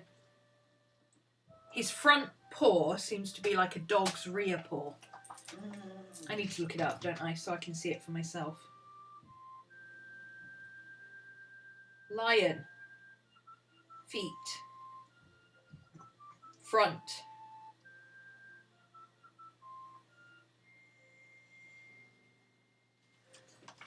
Lion, feet, front. There we go. Lion, feet, front.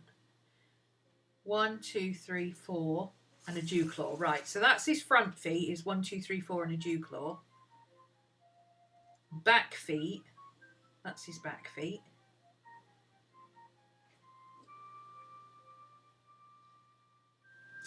No, that's front feet. Lion feet, back.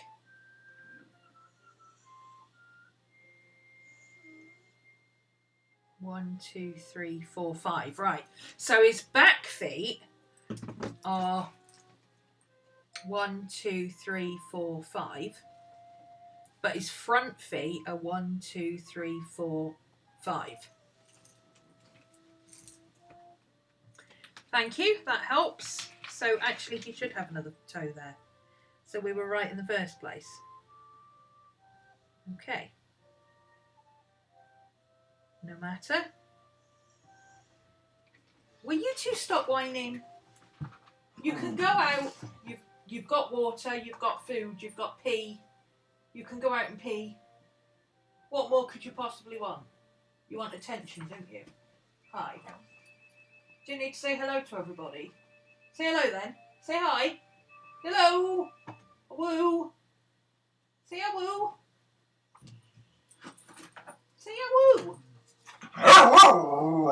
Good boy.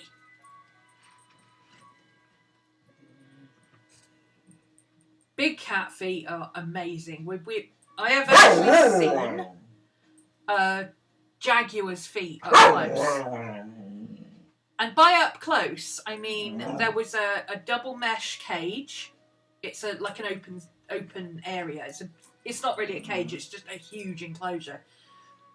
Double mesh, and then you were 4 feet away, and there was a barrier. So you had to be well back from the lion. And this lion came right up. This jaguar came right up and stood up and put his paws against the thing. And I'm not kidding you, they were the size of dinner plates. I've never seen anything. He must have been 9 feet tall at full stretch, from the top of his head to his feet on his back legs. He was enormous. I've never seen anything like it. And they just leap 20 feet up in the air like it's nothing. Amazing, amazing animals. Okay, I was going to test this pen to see if it runs with the sketch markers. So I'm going to use the blender. Test that one as well while I'm at it. Oh, it does a little bit, but not so much that I'm going to be worried about it. It bleeds a little bit, it feathers slightly, but it's not so bad that I can't use it to ink a furry animal. So that's okay. I think ooh, it's changing colour though. It's one thing you have to be careful with alcohol markers. They change the colour of things. It's going quite red. He's quite reddish. He's quite golden coloured anyway, so I'm not too worried about it.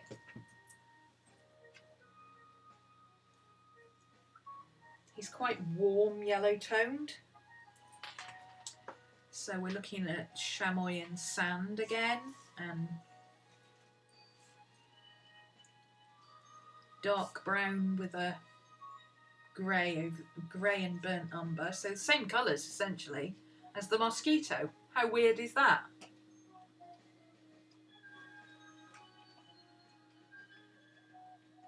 Yeah, that's going purple. That brown pen is going purple.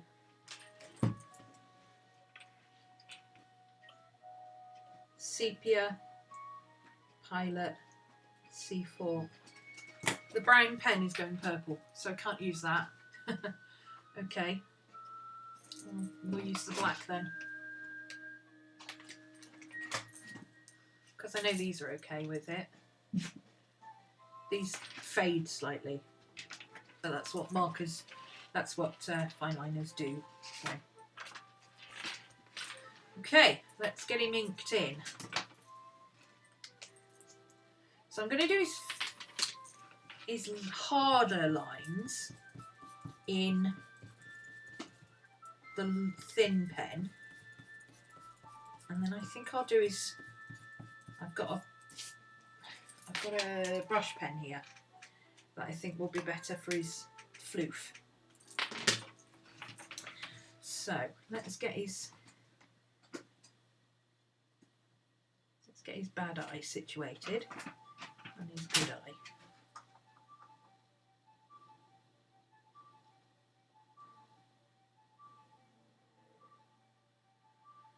And since this is black, I'm going to go ahead and colour it in.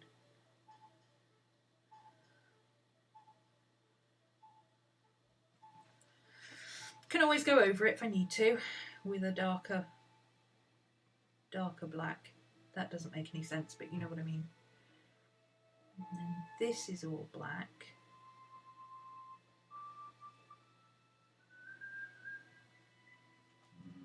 This should be.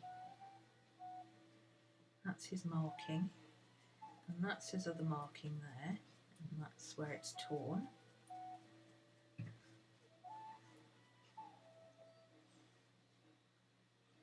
It's got a weird bit there.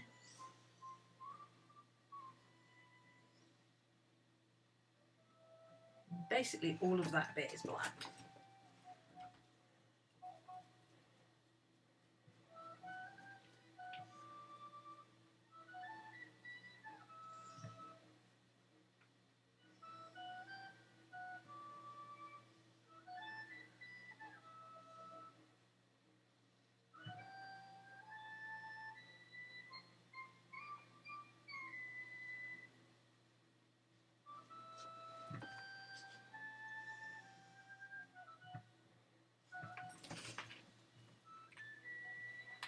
He looks like a member of ZZ Top. Not ZZ Top, Kiss. He looks like a member of Kiss.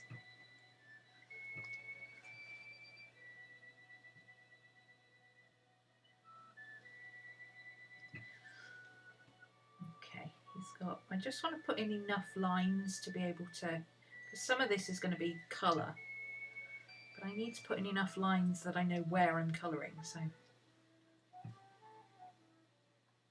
let's do this bit here. This is part of his scar as well. And I'm going to put in lines that tell me where the fur flows to, what direction it goes in. So then that comes up here and goes around that way. And this comes down here and goes that way.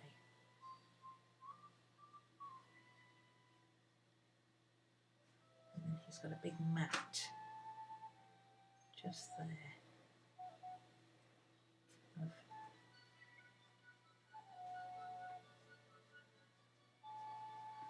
fur. Okay, let's get his nose in here.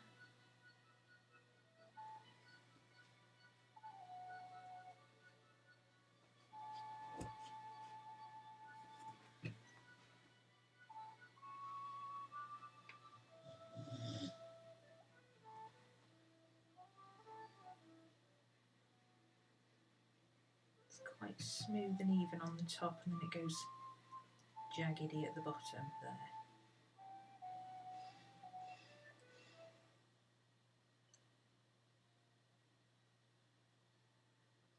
So I'll come back and do that with the brush pen in a minute.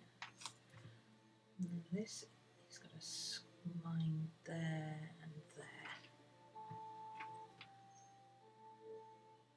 His face kind of dimples in there. He's got his whisker lines. Okay. And then he's got this bit of fur sticking out there.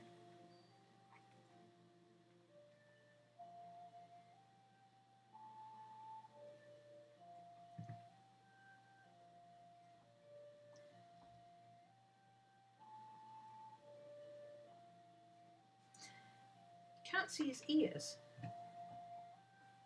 How strange. I always assumed you could see the ears on a lion. I'm going to assume his ear is in here somewhere. But I always assumed you could see a lion's ears. Okay, and then this dark comes around, up and around here. And he's all bedraggled here. And then it disappears for a bit while this comes out. We've got some tufty bits there. And then that goes up. Let's curve that around a bit more there. And up. And spread out a little bit and then back and around. Like that. And then this hair is going that way. And then he's got a section of floofy black hair that goes up and over. And then that comes back down this way. And then he's got straggly bits at the back there. And some straggly bits here that you can't really see what colour they are, but I'm going to assume they're black. Whew. I'm not really putting a lot of effort into where his fur is going to go. I'm just kind of giving it a shape so I know where to put the pen.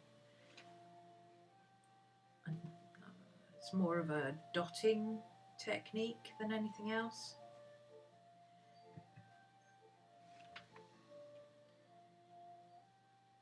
It's a little bit more refined on this side, so I'll give it a little bit better outline here. And then we've got his flank there here, so a nice smooth shape on that.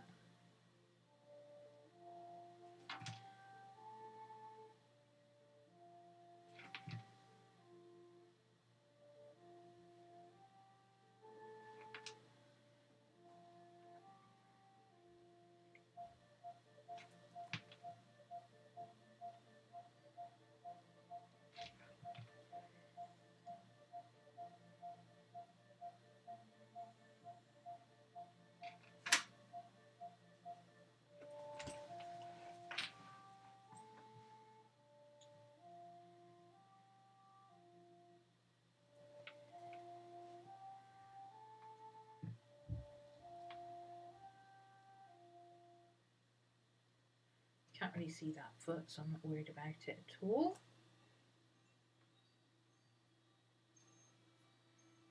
I love how I've done this paw, so I'm going to be quite careful about inking this one in.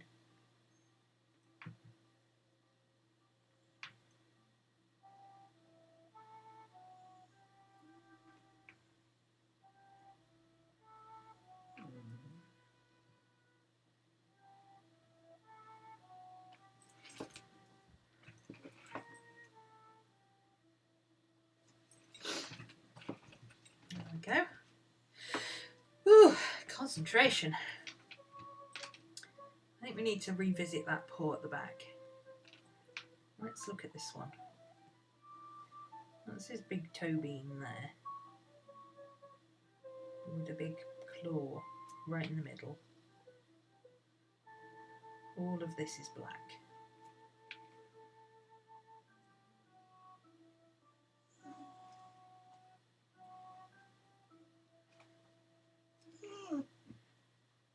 So that's his side paw, side thing there. So that's his front bit there.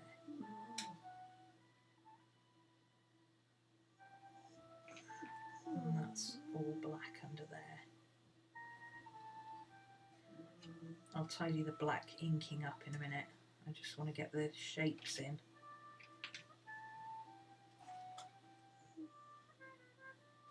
How interesting, both of his middle fingers, claws, nails, claws, that's the word I'm looking for. His middle claw on both his front and his back foot on this side are both longer than all the others. That's interesting.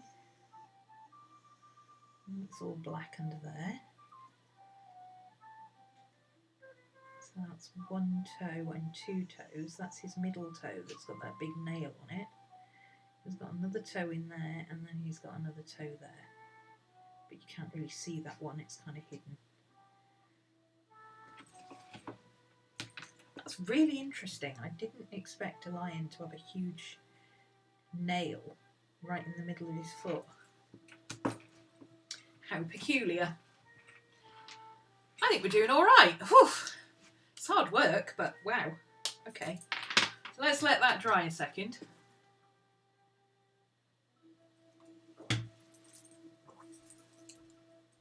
Eating, yeah, I need to eat soon. It's 7:15. Get something to eat and go for a walk. It's cooling off here now, but it's been nice all day.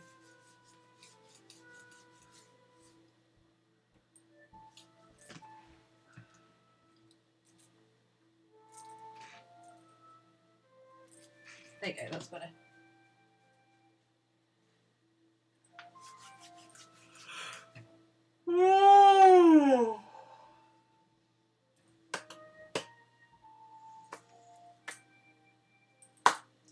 Scoob!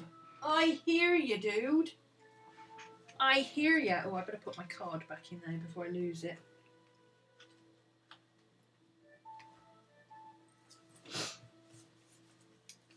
You mean pizza? Ugh.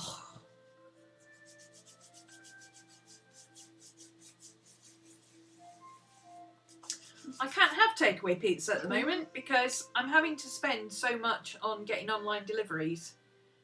Because I normally spend maybe 20 to £30 maybe on food and drink in a normal week. That's including, you know, going out for the occasional Costa or having a pizza or whatever. But when you do online deliveries, you have to spend a minimum amount. So I'm having to spend £25 online. And then they charge you £2.50 for delivery, and your minimum for free delivery is £30. So you might as well, if you're going to spend £25 and then £2.50 on delivery and 40p on grocery bags, because they insist on charging you for the bags now, that's an extra £3. You only need to spend another £2 to get free delivery and free bags. So you might as well spend that extra £5 on food. So it's kind of annoying. I'm having to buy things that I wouldn't normally bother to buy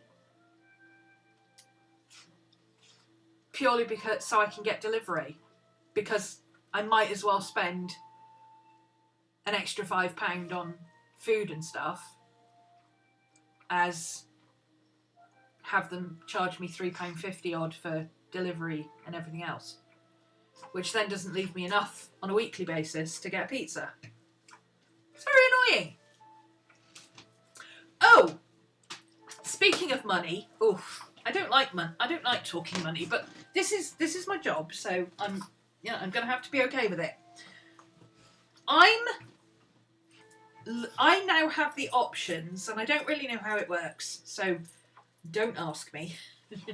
I now have options to take donations during live streams, like you can on Twitch. I have top chat, which basically means if you pay for chat, your chat comes up first. But it doesn't really affect my channel because everybody's chat comes up as top chat, because I don't have enough people watching for it not to. It's really for people who have millions of people watching all at the same time. But I also have the option to add extra content like I do with Patreon. And I thought maybe, since my Patreon stuff goes up on YouTube anyway, I might offer an extra option on YouTube where you can just get the videos. So you just get extra video content if you want it. But if you're already in the class or you're on Patreon, then it's what is part of what you get anyway. But I thought maybe the more arty stuff I could release as an optional extra on YouTube. You wouldn't be missing out on anything. You wouldn't be not getting anything you don't already get if you're in class or anything like that.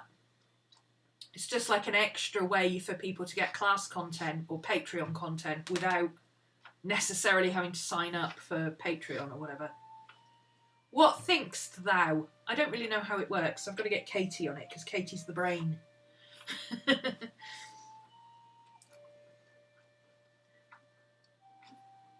I guess from my side, I don't see any harm in not offering it because it's just another option, you know. Some people send me £5 every single month on coffee just because they like my YouTube content. And thank you very much. It's very much appreciated. You're awesome.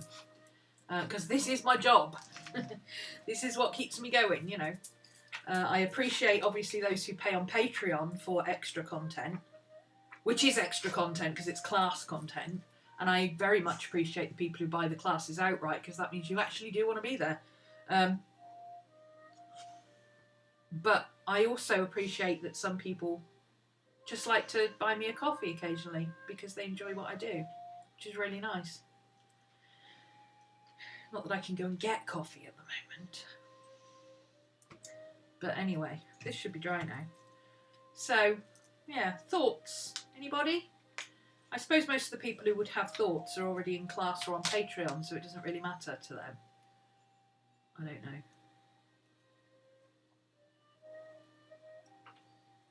Would work well for you. Well, you know, no, you don't have to be at the classes live, Lisa. You know the classes are on replay. It would just be that, like, you already have the classes. You don't have to be there for the classes live. The classes are recorded. You can watch classes anytime you want.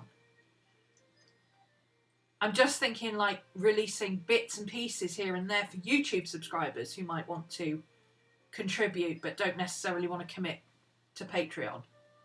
Because some people just don't like Patreon. They'd rather do everything through YouTube, and I totally get that. I'd rather not use Patreon, but, you know, Patreon is the big thing now, and you have to follow what everybody else is doing because, you know, the immediate thing everybody says is, are you on Patreon? So I have to be on everywhere, basically. Although, I wouldn't be on Facebook if it wasn't for Urban Sketchers. If I wasn't part of the Urban Sketchers local team and they have their thing set up on Facebook, I would not have Facebook. I would have deleted it by now. I hate Facebook. With a passion.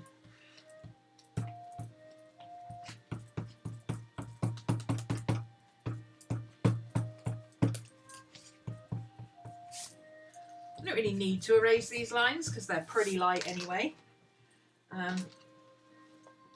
But I found that if you use light markers, over pencil, it creates grunginess.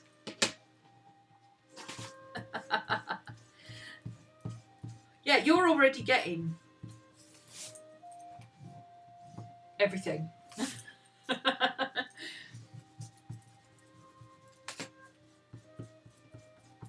Anybody who pays the $15 tier and up on either Patreon or my website, or has purchased my When Frogs Sing complete year, is getting everything I put out anyway. And yes, I do everything live, but I record everything. It's like this, you know, you can be here live for this, but if you missed it, you can watch it tomorrow or next week or next year or whatever. It doesn't go anywhere. Right, now the question is, should I start with the light bits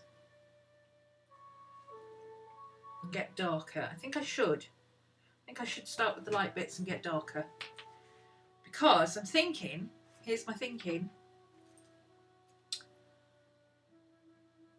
If I do the light bits, I can layer the gingery bits over the top and the shadows, and then I can cover all the bits that are mistakes with black, or very, very dark brown, or very, very dark grey. That's what I'm thinking. So if I put in all his light bits one tone, I might use that same tone I used for the... Actually, that's maybe a little bit pinky. Was it that one? I think it was that one. I want something a little less pink than I used for the mosquito, because that's quite a fleshy tone and I want more of a neutral. I don't know if I've got a neutral.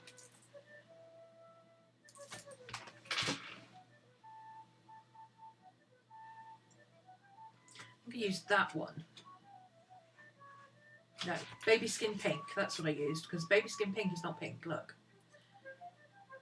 But that's quite a neutral brown. That's more warm. Do I want him to look warm or do I want him to look neutral? He's gingery, so I think... Let's start with the baby skin pink and work from there, because we can use the other one over the top. Is that... No, that's fruit pink. I don't think we want fruit pink. What number are we looking for? 21. It's that one. Let's do all his lights and darks to get his contrast first and move on from there.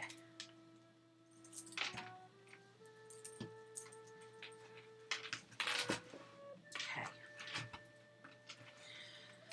So all of this is light. I'm thinking I'll just block the light bits in and then I'll cut into it with the black. That's probably the best way to go.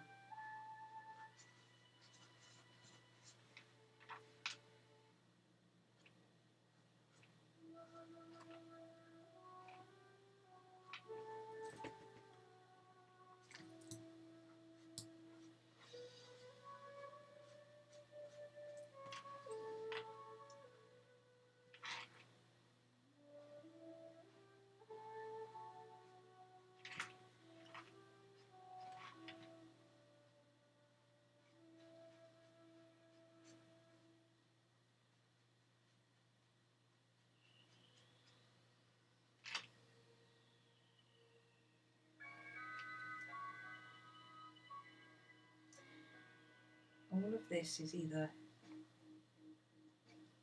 pink or grey or white. I might have to go back in and put in his white with pencil, I think, because I can't really leave the white of the paper. It's not going to work.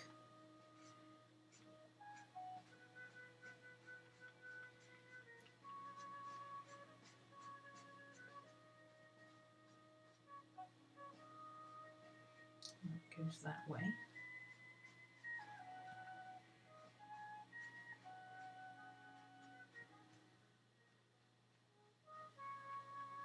There we go. Oh, that's a good colour for him. That's a good neutral colour for his base tone. I don't see how that's baby skin pink. but it's a good neutral colour for his mane. For his mane. It's not his mane, is it? That's that other bit is his mane. Okay. What's that big patch of matted fur there? I just put this under the knife. Yep, I did. Okay. And then I'm going to overstate this bit so that I can cut into it more easily with the brush marker.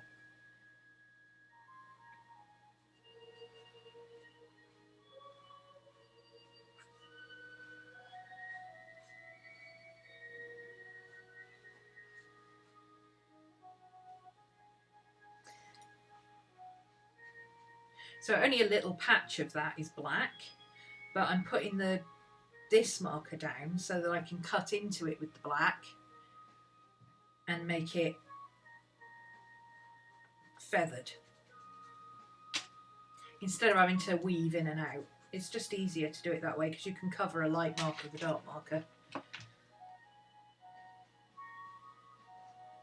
So let's cut in around his body here. Oh, went outside the lines. That's this thing. It's because I'm at the edge of the page and it's too wide.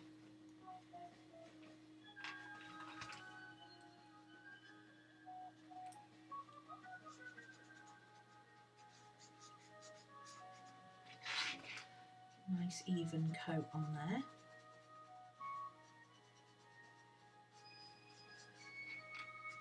Oops, outside the lines again. Never mind.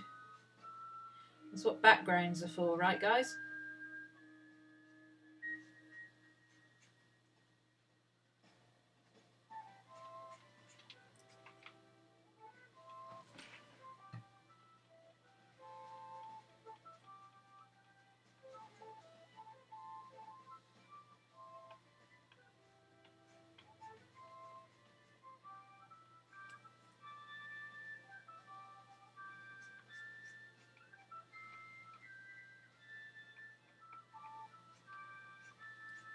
Does that bit get coloured in? No, that's a hole there. It's part of the background.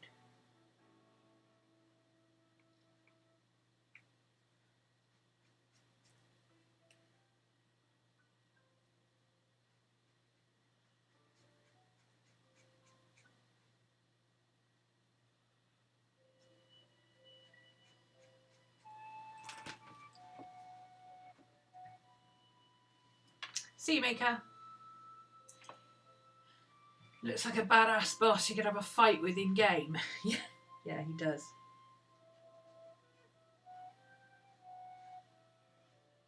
Boss level! In he walks. You're like, oh crap.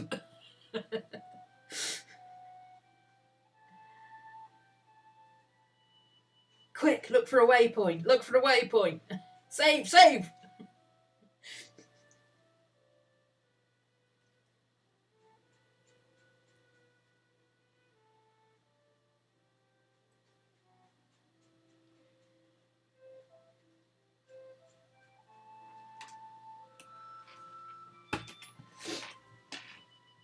Okay. Have I got everything? I think I have.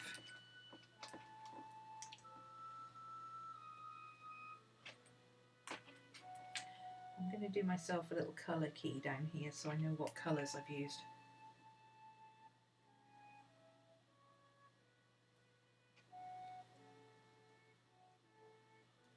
Let's do it down here and then I can put washi tape on the back of it on the other side.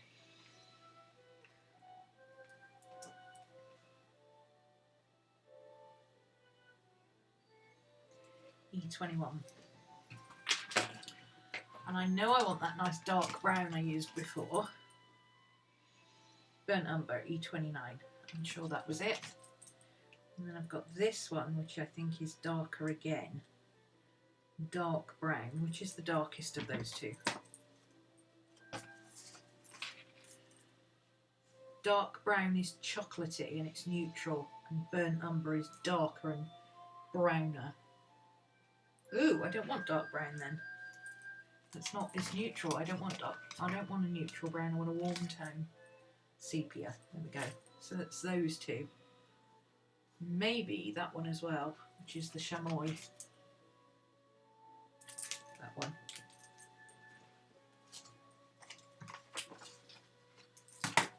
Okay.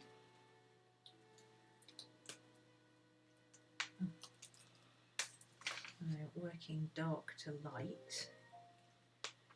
Chamois. Burnt umber.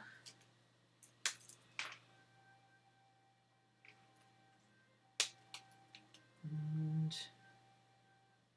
sepia. Yeah. So E35.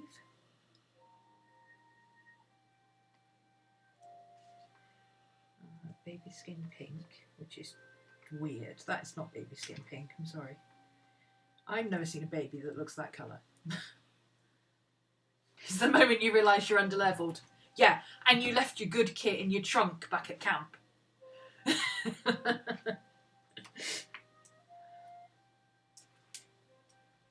Or in Diablo terms, run, run, run, run, run. Ah! Run, run, run, run, run. And then you go back and get your good armour. So you can come back, kill him, and pick up your old self and your new self and all the things. Oh, the amount of times I went to a boss battle in like a helmet and a bow and arrow. I am underdressed for this occasion. But I have 6 bodies to retrieve, god damn it. Oh. E37 sepia and E29 burnt umber. So I'm just going to work lightest to darkest, basically. Oops, low power. Whoops. I've got to stop in a bit anyway. I don't think I'm going to get him finished today because I'm hungry.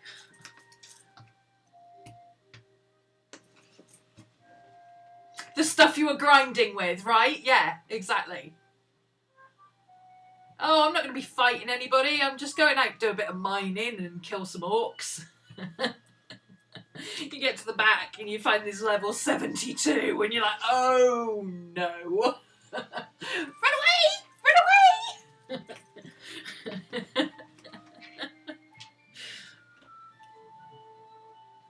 Oh, this is going to keep going off now because I've had to put it on low power mode. I'll have to keep my finger on the screen to keep it awake. Okay, where's the big darker sections? There's a darker section there. I'm trying to go by the next darkest section each time. So it's got a big dark section here. That goes up there. Covers a lot of this bit. I can feather out the bits later. I just want to block in the colours. It's got a big chunky bit there. This is quite dark. That's very pale there. He's got a dark section on his face.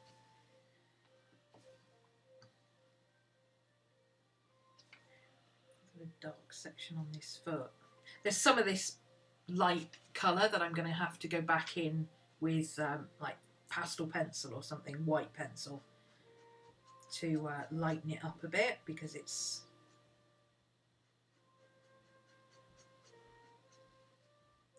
so this whole foot is going to be dark.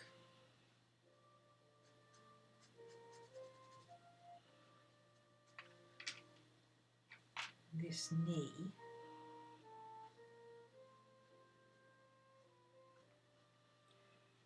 is dark.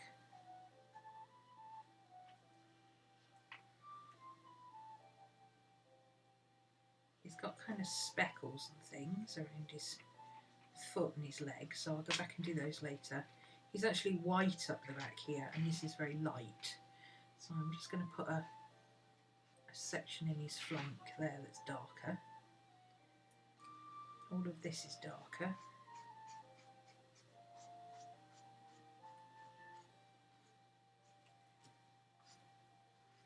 That's his shadow down his face and across here, and then all of this section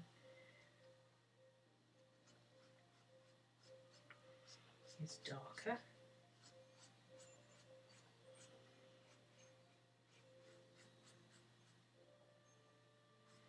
Let's put a shadow there to separate those two sections.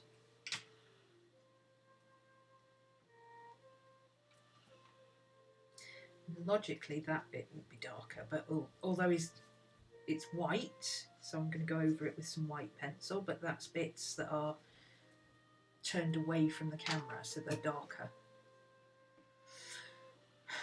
But markers get lighter as you go, as they dry, so I'm not worried about them drying too dark or anything like that. They lighten up quite considerably. Okay, so now we need sepia bits, just for the very darkest sections. So his darkest section is, he's got this bit down here on his face, and then he's got that section there that goes up into this.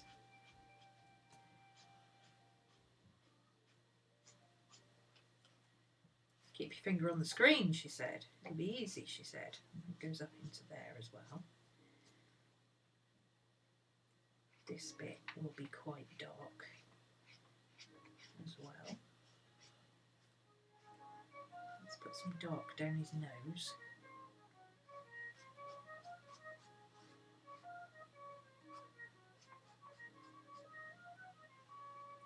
All of this bit is dark.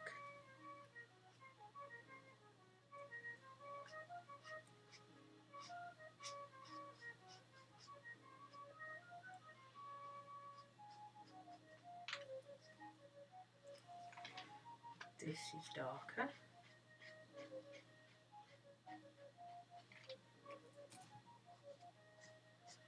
A bit more dark in there, I think it'll look better. Put a shadow on his flank there.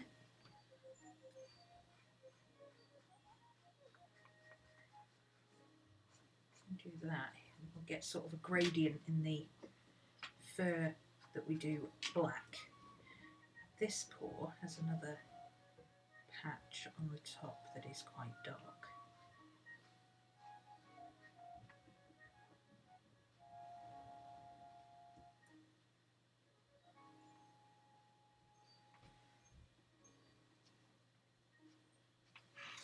Oh, he's coming together. I'm liking these colours.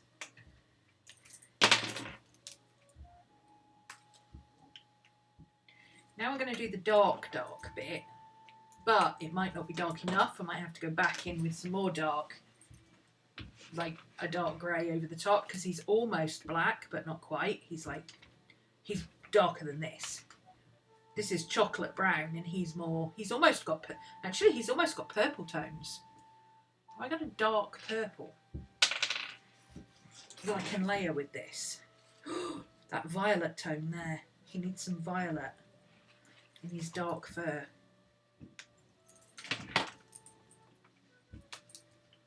This is a violet shadow, so it's kind of semi-transparent.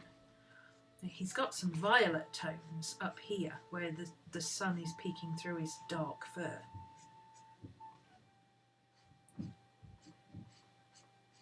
That's what's making it look like there's different sections of fur, because he's got this dark purpley colour underneath. Oh, it's beautiful.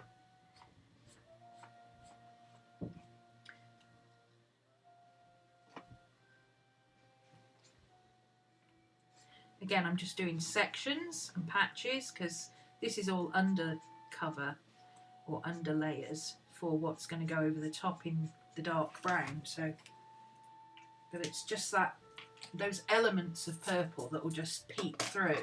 I don't know if you can even see that on camera, but if you look up close, look at his purple in his fur. Can you see all that there? All of that is purple rather than just black. His mane is actually black, but I don't want to use black because black is too deadening. I would rather use the dark brown, which is neutral, and then put a cool dark grey over the top, which will give me a very deep colour, but not necessarily black. And I can always layer it with the purple again. Every time you add a colour, I'm like, hell yeah. Oh good, I'm glad you're enjoying it. I'm not very practiced with markers, but I basically, it's not really, it's knowing how to colour. It's not really knowing how to use markers specifically. I mean, there are things you need to know about markers. Like if you don't let a layer dry, it will bleed into itself like watercolour. But you can layer a light one over a dark one and it will lift the colour and things like that. But the basic principles of colouring still remain. And I am first and foremost a pencil artist. Pencil and ink. So, you know, that's... Well, I'm watercolour, I suppose. But certainly colours that you build up depth is what I use most. Okay, so I want to get a nice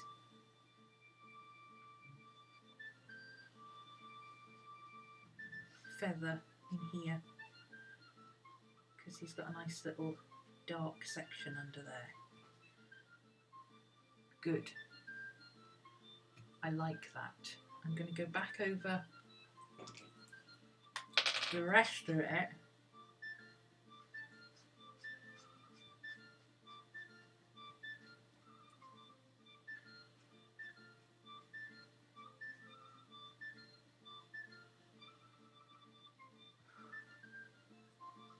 With that.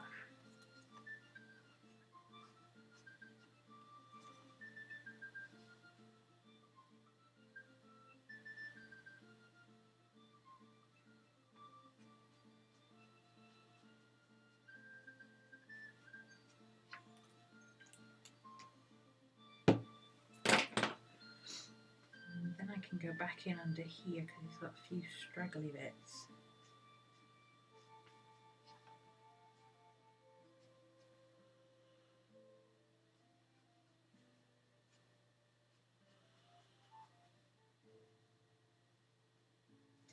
I want them to look disjointed because they're not part of the same piece. But when I go back in and do some more line art, it will be more obvious.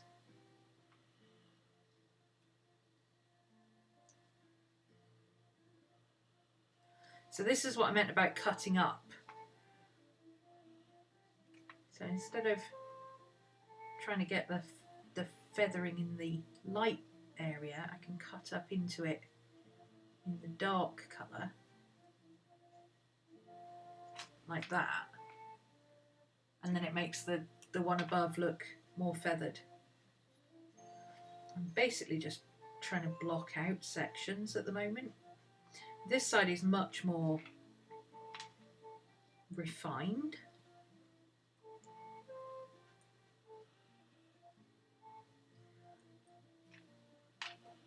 So I get this side looking half decent. Then I can go wild with the other side because, you know, scar. Okay. Let's do this big expanse of black at the top, or dark at the top. And then I think by the time I've done that, I'm probably going to have to stop. So this is going to be, this comes up over that bit, so let's do that there, and then feather this one down.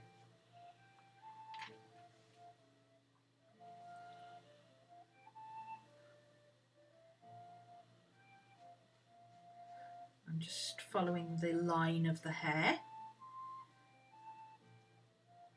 So there's a big patch of fur that comes this way.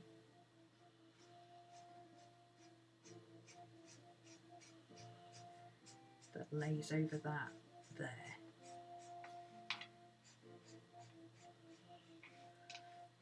And this is coming in like that. I can always go back in with colour pencils as well. So I'm not worried about it not looking right first time. or anything like that. I want him to look a bit bedraggled, especially on this side. It's a lot easier to cut into a light colour with a dark colour, like that, than it is to go the other way.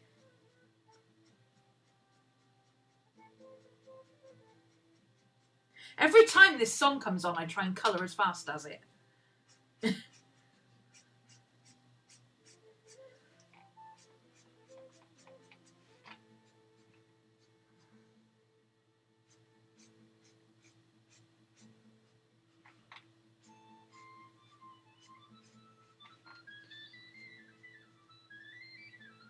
And see, this side is a lot more refined, so I can work in smaller sections.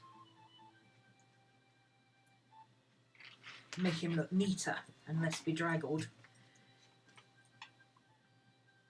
If my hand doesn't keep going off the paper. Because I can go in with that and then I can come back and add texture on the edge.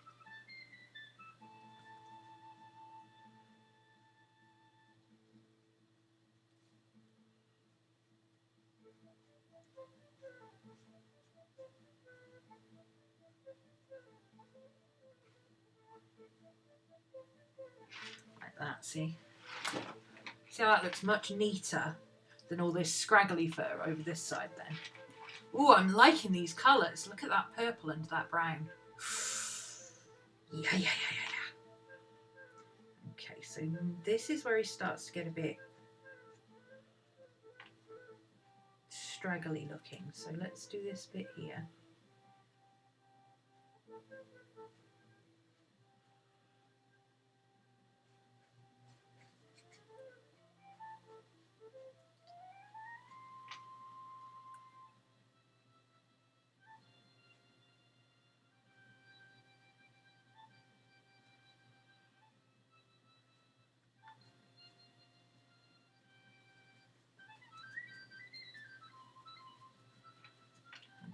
And then this is where it starts to get really crazy. Oh, yeah. It's all matted and straggly.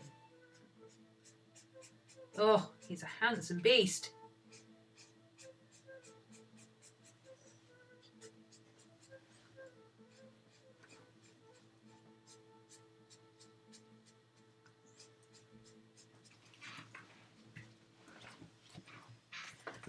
Put some more of that purple in, I think, as well, because that's really giving it a lot of depth.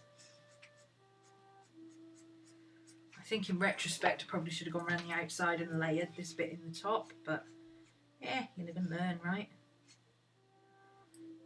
Okay, where's this bit? This bit's going all the way down here and it's all over the place.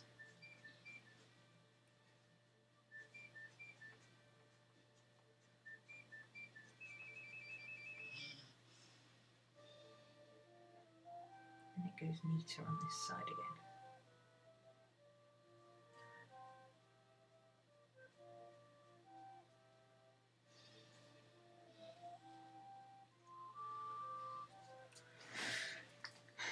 And this is all neat. And this side is all scarred up and scraggly. There's bits in there as well. And, oh, he's got bits of matty stuff sticking out all over the place. Okay, now around his eye he's got some mats as well, so let's go in with that. I'm going to put some purple around that eye actually.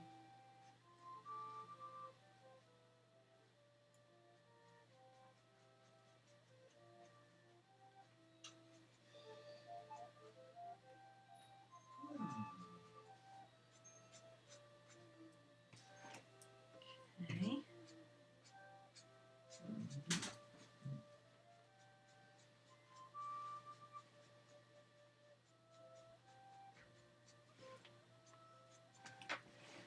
needed a bit more white up there. I coloured in a bit too much there. Never mind.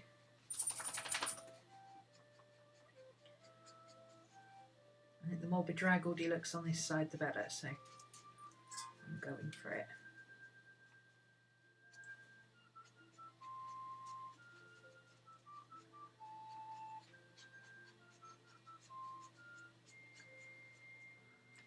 I can go in with that medium tone again and blend this out a bit. When it's still wet, it will blend into each other, so it's a bit more fuzzy.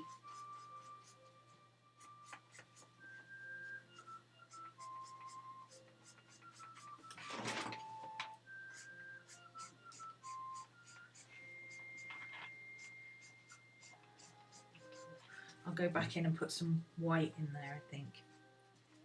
Blend this bit up a bit. What's his face? His face is quite neat on this side. He's got kind of a little hairline going.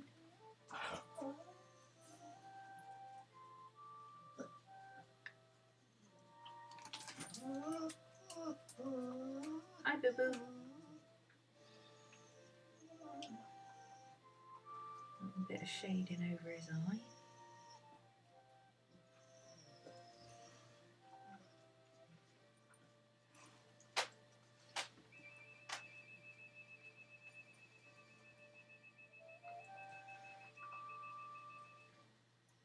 On this side is a bit more bedraggled looking.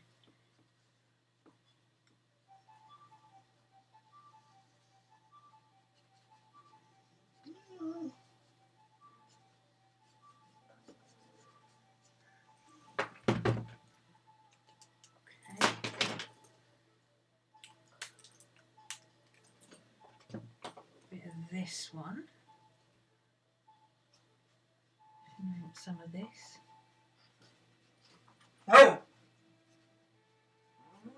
Oh, shush! Your face is making a noise again, Boo Boo.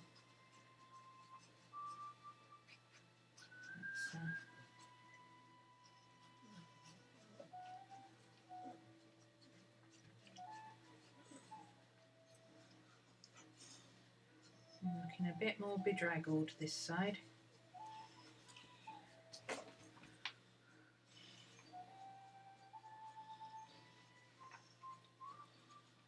And this bit is quite neat.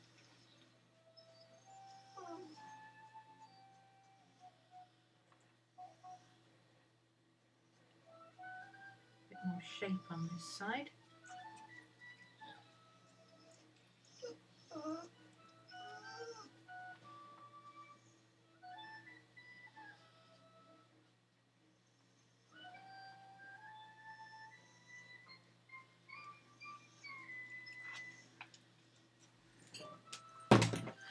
Oh, I'm liking this mane. Add some more of that purple, because that looks really good. And I think that will give it more definition up here. So we need some... Let me work from up here down. And then we've got a section here that goes over the top there. Because this is kind of helping me to demarcate where his sections of his mane are, because it kind of goes in layers. He's got a very layered haircut here. Neater on this side. And crazy on this side.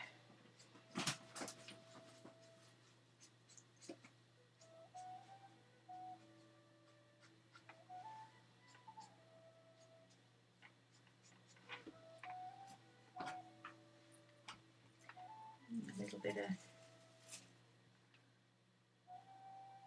of definition around this side on his face.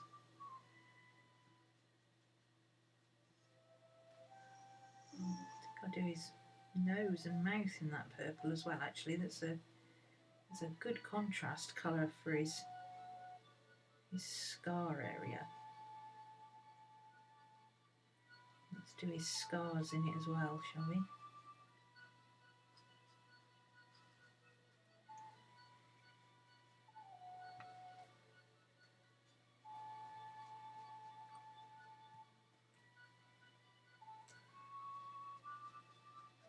I don't know, it's just something about that purple, it really gives it something, doesn't it?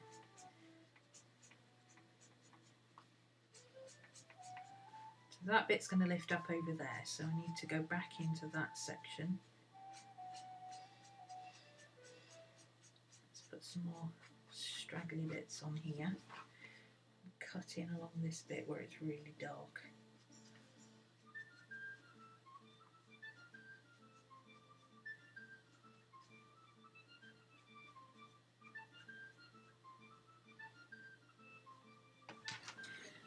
Oh, he's beautiful.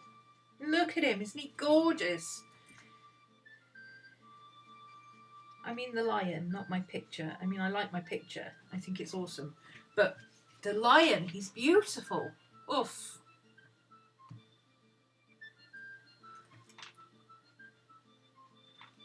This purple is really giving it some life.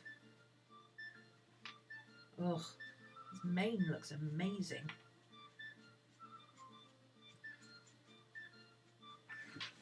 Okay. He kind of looks like he's blowing in the wind, doesn't he?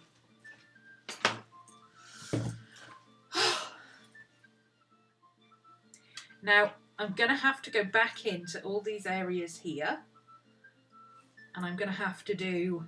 First off, I'm going to have to go back over it with the lighter colour. Maybe even the clear blender to just lift some of the colour a bit. To get these hair strands and stuff. So, like... I don't use a blender for blending. I don't know how people use blenders for blending. I use it like this. So this area has got a lot of white sections. So I go back in over it like that.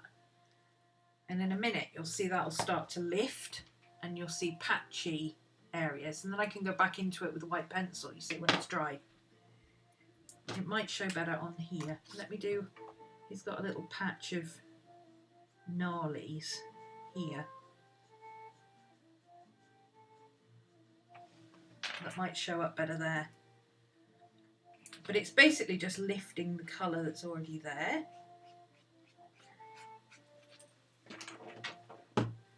Can you see how that's starting to lighten?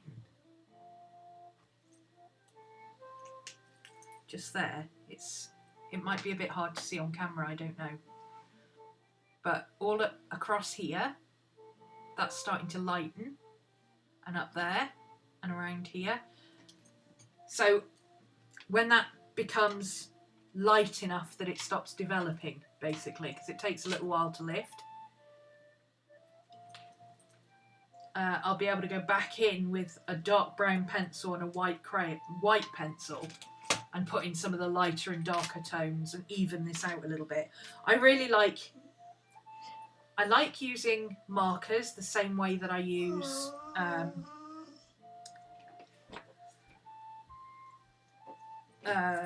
pencils, in that I like to move backwards and forwards, and I also like to use them the same way that I use watercolours, as a layer underneath pencil. So I'm just going in with a second layer of the lighter colour to blend the slightly darker colour into it. I don't use the blender to blend two colours together, I use two colours to blend two colours together. I don't know if that's what you're supposed to do, okay? I am not a marker aficionado. This is pretty much, you know, in fact, this is probably the best piece I've ever done in coloured markers. I've done a few bits and pieces in markers before, but this is probably the best one.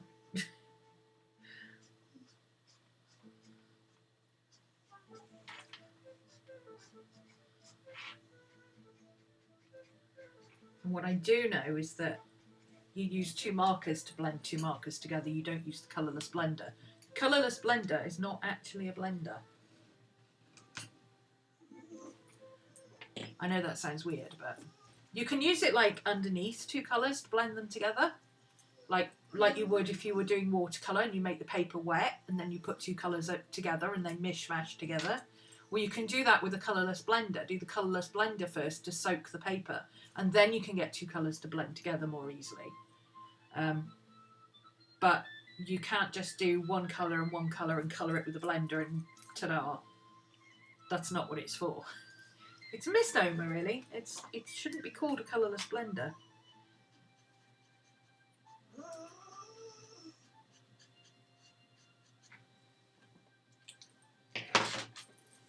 And the more you go over areas, the more they blend out. So a light, and then you go over it with the dark, and then when you go over the whole thing with the light, the darker will lighten up a bit, but the lighter bit will get dark again because you've layered another layer on top of it. It's kind of weird the way it works, but it works. And any of these bits that I don't quite like the harsh lines, I think some of his shadows are a little bit harsh, I can go in with a pencil, and do what I need to do. But I need to let the paper dry. The paper is getting fragile because it's so wet at the moment. It's even wet on the back from all the alcohol marker. But the good thing is markers don't take long to dry because it's alcohol, so it evaporates. Oh, I'm glad you've enjoyed it. We do need to give him a bit of something to stand on. Will you shush, please?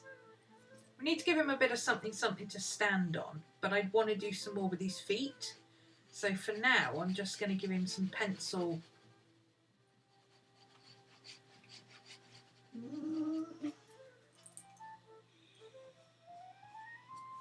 shading. Just to give him a bit of shadow so he looks like he's on the...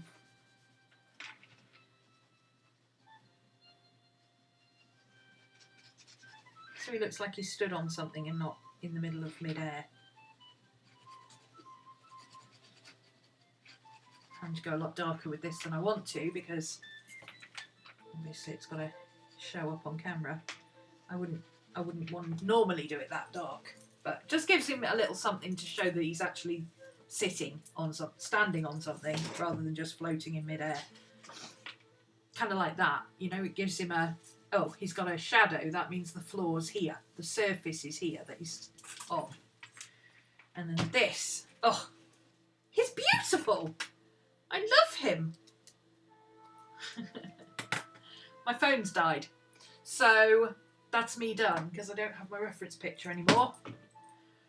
I'm gonna have to stop there. I'll take a photograph of him on my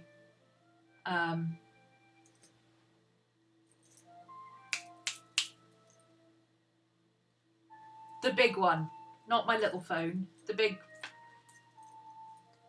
iPad, that's the word. I'll take a photo of him on my iPad under the good light so you can see.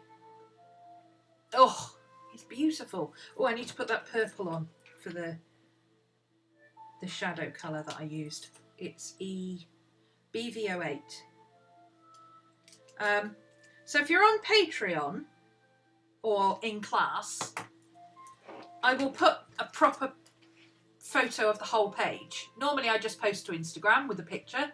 What I'll do is I'll put the whole page so you can actually look at it properly close up and see what I've done. And I might post one like this, and then once I've finished it, post another one so you can see what the whole page looks like when it's finished. I simply don't have enough time. I ran out of time. If I'd had another hour like I'd planned, because I didn't have to mess about with technology, I could have finished this easily. But I can't go on till 8:30. I'm starting to feel lightheaded because I haven't eaten. I suppose it's possible I could eat and then come back, but probably not, if we're honest. I've done enough socialising for the day. Oh, I want to keep those out.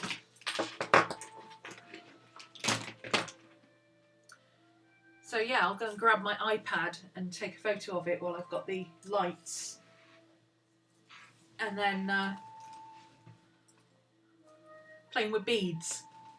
Oh, you're making jewellery?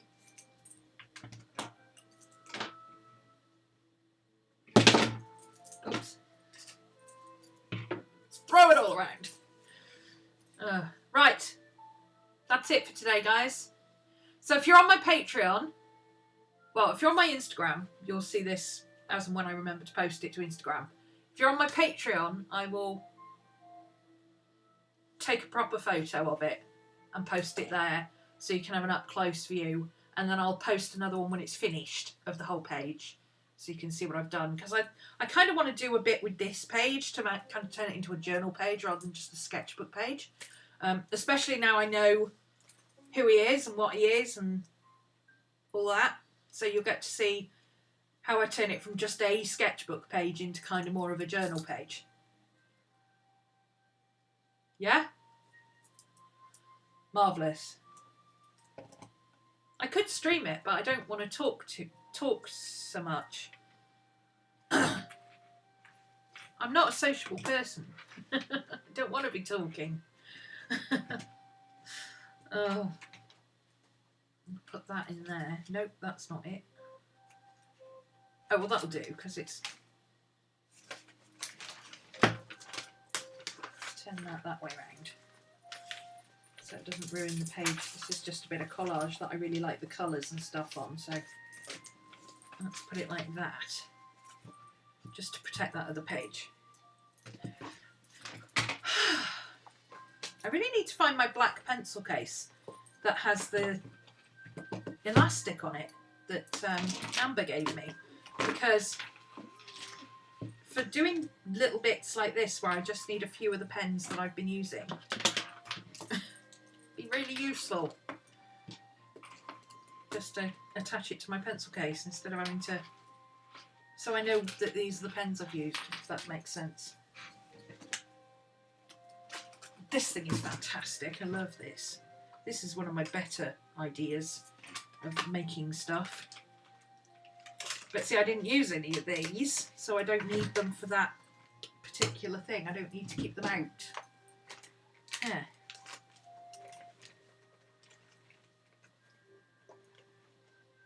You're not social either, but you like having somebody else around you. Yeah. Oh, some of the best journaling days I've spent is just sitting, working with somebody else where we never speak to each other. We just get on with what we're doing. It's awesome. That's what my Trello thing is for. You know, I've got a Trello meeting alumni room where you can just go and sit with other journalists and just do your own thing.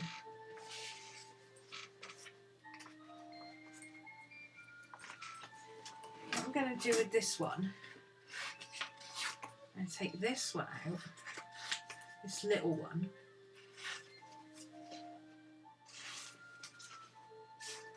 I'm going to put it in there. That's sticker paper, I'll keep that. And then this one, I'll leave up here. There we go. Right.